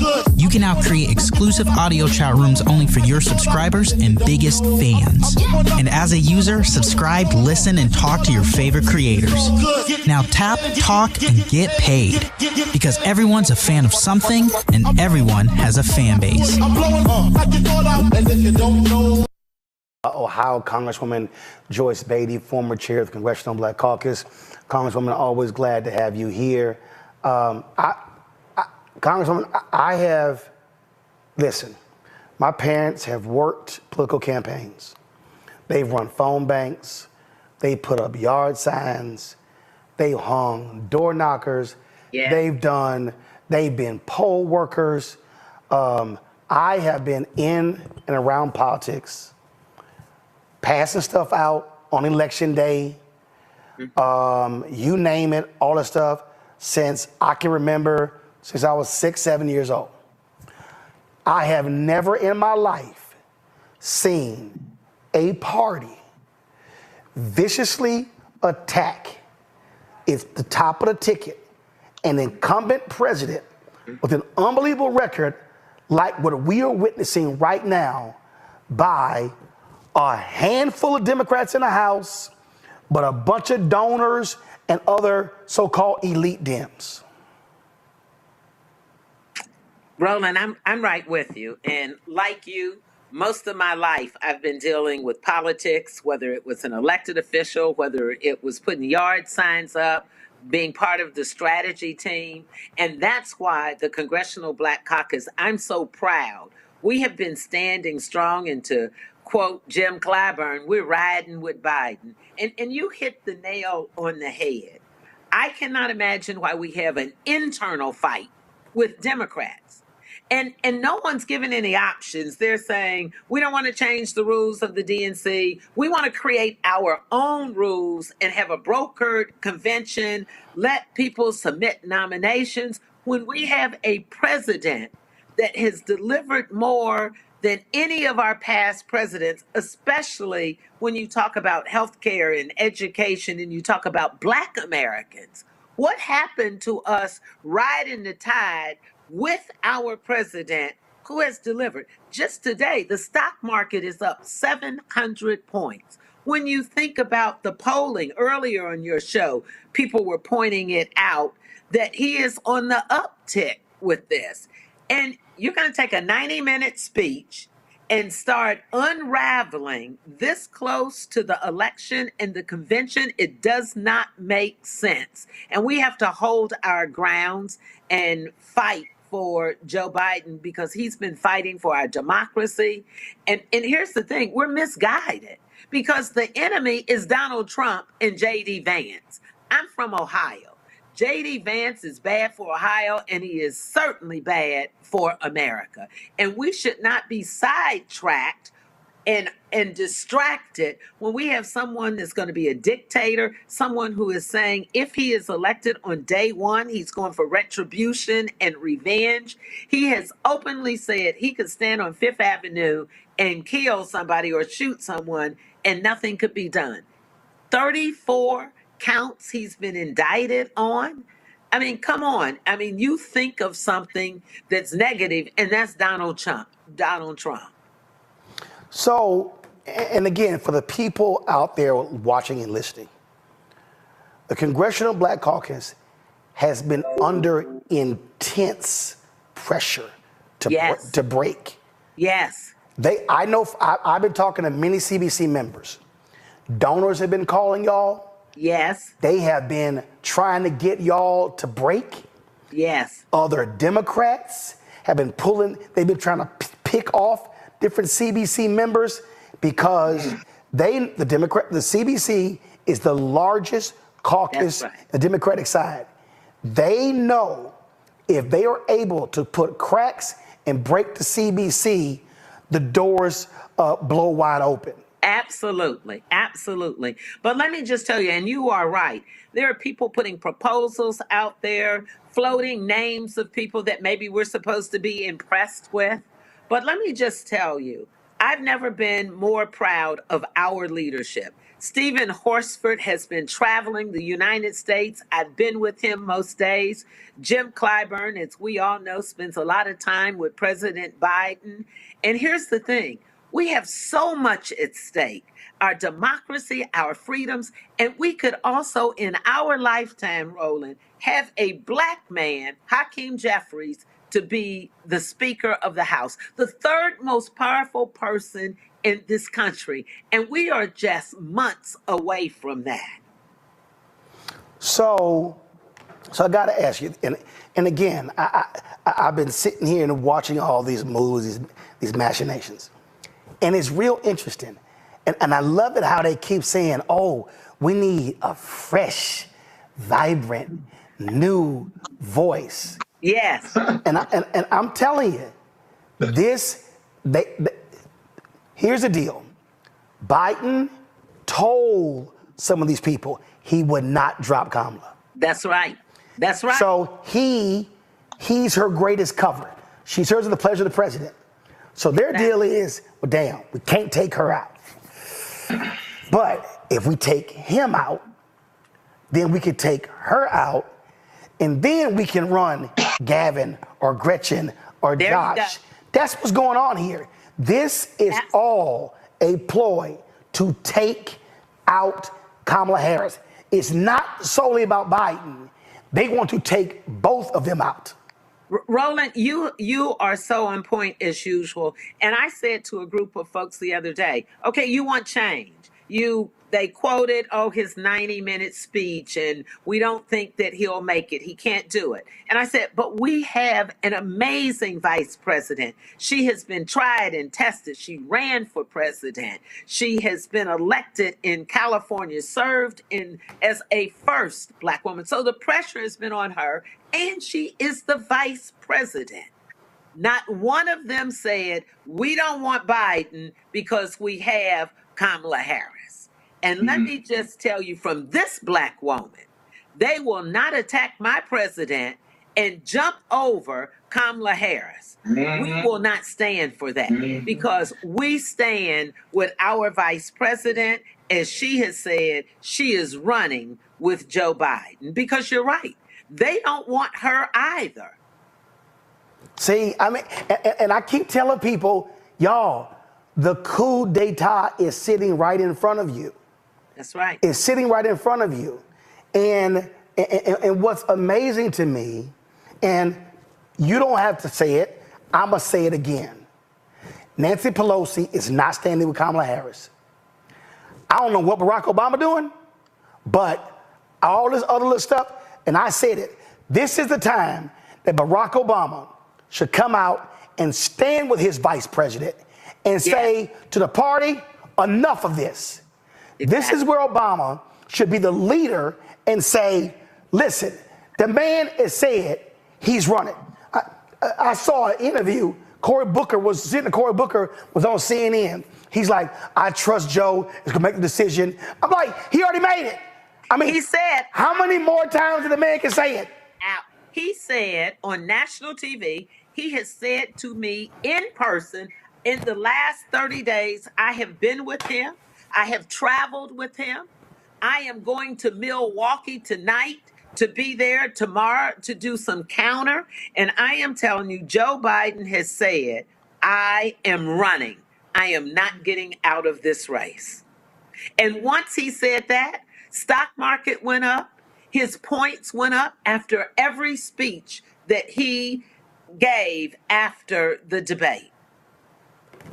It is. I mean, I just sit here and it's like the man said, I'm running. And he said, unless the Lord tells me, or if the Lord comes down here and tells me, that's the only thing he would consider. But here's the thing, Roland. None of these folks are saying, here's who we want out loud. Not one. Not out one. Loud. No plain. Because they don't want Kamala Harris.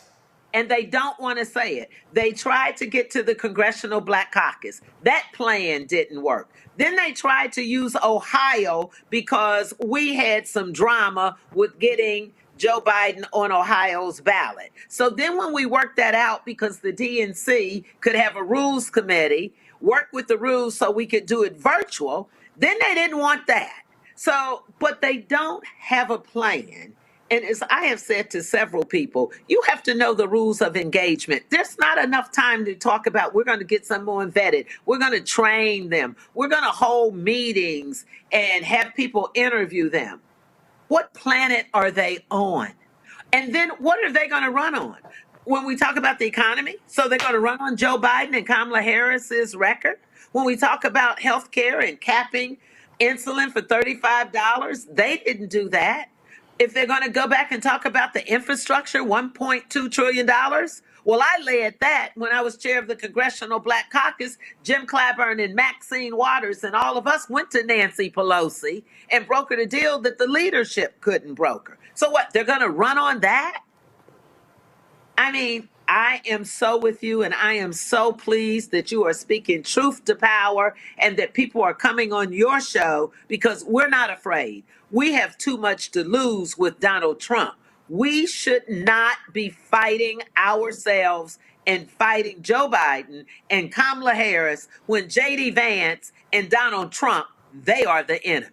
Right. I can only imagine if Democrats has spent the last 20 days completely focused on Trump and his lies.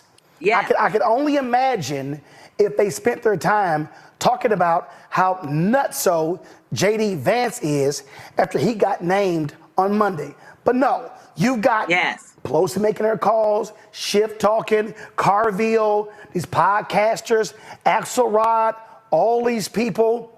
And history also shows the two times Democrats changed the nominee before the election, they lost. Exactly. To me, this ain't that hard. Okay, so please. It ain't that hard. Questions for Congresswoman Rebecca, you first. Thank you, Congresswoman, so much for being here tonight. So my question for you is, what should Black communities do to make sure that their voices are heard in this process? Because even if everybody Black isn't registered Democrat and this isn't their party, that's okay. But this is still about who's going to be on everybody's ballot in November and whether or not there was a true and democratic process. So what is your message for Black communities as we're watching this play out? Black communities should understand what's at stake. And a lot of people aren't engaged and they don't know the rules of engagement. But what I am saying, trust what we have had. We use that same process that gave us our first Black president. We use that same process that beat Donald Trump and gave us a Black vice president. So first, you must vote. You must use your voice and you must vote. And even if you say you're not into politics and you don't follow all this, think about what you have to lose. If you don't support this ticket, which is a tested ticket, Biden beat him before when people said he wouldn't beat him. He beat an incumbent president. Biden has a track record to run on, and he has done more for Black Americans. So this is our time to stand up. Use your voice. Don't let people convince you that someone is too old and he can't win. He was old when he won before. And Donald Trump is also young, is also old. It's not like he's young. He can't complete a sentence. He doesn't answer questions. So the same barometer that we are judging our president on, if we use that same thing, then Donald Trump should not be the candidate, because we know on Biden's worst day, he's better than the best day that Donald Trump could ever have. So you got to get engaged. You got to help people get energized. Don't be a part of the naysayers just because you're reading a statistic or a fact, or someone said, look how confused he was. He was sick. He admitted that he had not been feeling well. He was tired. I can tell you, you can take someone half his age, and if they are suffering with a cold, if they've just gotten off a flight from Europe, if they've been going day and day, they may slip up on a word or two. Look, I was in Ethiopia. That smoke got in my system 2 weeks. Exactly. 2 weeks ago today. Hell, my ass still sick, and I was feeling like crap. ABC is reporting that on Saturday, Senator Chuck Schumer told Biden in a meeting it would be better for the country if he ended his reelection bid. Now, that was July 13th. This is interesting because 4 days earlier, Chuck Schumer said this. The president, his ability to serve for 12 years, that there might be a challenge at the convention, and if there is there the ability to throw out the virtual nomination? As I said before, I'm with Joe. Yes. So July 9th, he says, I'm with Joe. 4 days later, says something different. Hey, here's my whole deal. Sharon Chuck Schumer, if you told Biden that privately, man up and tell everybody publicly. Exactly. And that's what I want the American people to do. Follow the folks that speak truth to power. Follow the folks that aren't afraid to say who they're with or who they are against. And I don't care if it is a colleague of mine or not. If you want to say you don't want the president and you don't want the vice president, then let's hear who you have and tell me what they're going to run on. Robert. And thank you so much for joining us, Representative. I have this question that Joe Biden, as we saw this weekend in Las Vegas with NAACP, when things get tough, we saw this in 2020 in South Carolina, he runs back to the Black community for support. We are supporting him more than any other group. But what is going to be our demand in exchange for this support? Because when everyone else is gathering around, when the long knives are out, when we beware the eyes of March territory, he tends to lean on our community. Are we going to be asking for an executive order on criminal justice reform that is more extensive than the previous orders? Are we going to be asking for an executive order on voting rights that will really ensure buttress much of the rights that we're having now? How can he pay back the community before the election, not simply saying wait till after I'm reelected? You just hit the nail on the head. The same thing that we did before, and he kept every promise before he was elected. He said that he would put a Black woman on the Supreme Court, and he did. He picked a Black female, to be his vice president. He put more Black people in cabinet positions and other strategic positions than any other president. We went and we asked him to protect our communities, and let's do something with criminal justice. We have the most progressive gun legislation than we've ever had. We talked about protecting our seniors, especially Black seniors who we know suffer with diabetes and couldn't afford their insulin. Put a cap on it for $35 and then cap their medical expenses at $2,000, and it's created more than 15 million jobs. I'm right here in Ohio. He was ride or die with the late Eddie Bernice Johnson when we needed to get the CHIP Act passed, which created jobs. Right here in Ohio, we received $26 million right here in Ohio. And so I'm just telling you, he has kept his word. And yes, we meet with him, the Congressional Black Caucus. We've outlined a plan. We've worked with the Big Eight, I call it, our civil rights organizations. And we have put all of our issues out there. And I fully trust the Biden-Harris administration that they would follow through as they did before. And we were very victorious. Scott? Good evening, Congresswoman. Okay, I agree with you and the panelists about what a great President Biden has been. I write a lot of checks to the DNC and to federal and local DNC officials and to even Biden-Harris. So here's my question. If all of that's true about Joe Biden, I agree that it is, then why is he running behind Donald Trump, who's a convicted felon, been found liable for sexual abuse and for financial fraud? I mean, on paper, it shouldn't even be close. And so I agree the elites are trying to push him out, but for that bad performance and but for him running behind in the polls, can't ignore that. You know, in campaigns, all you got to get is one more vote than the next guy. So why is he losing this race less than 4 months out from the election? Well, I know we've seen what the polls have said, and I know he's been behind and within the margin. And lots of polls. Lots of polls had me down 18 points and said that I would never go to Congress and be there. And those folks that asked that same question and said, why is she behind? Well, when we got closer to the election, obviously the polls were wrong and I prevailed. Joe Biden has been down in the polls before, so has other presidents at this very same time and won. Are we concerned? I don't want to sound naive. Absolutely. But it is more than the polls. If people get out to vote, if people get excited and energized that we also have a Black woman running on that ticket, I believe that he will be successful. I can't address why the polls say that. I can't address every poll. I think we are taking it into consideration. But here's the other thing. We polled some of those same other names to run against Donald Trump, and none of them did as well as Joe Biden. So you may have a good point.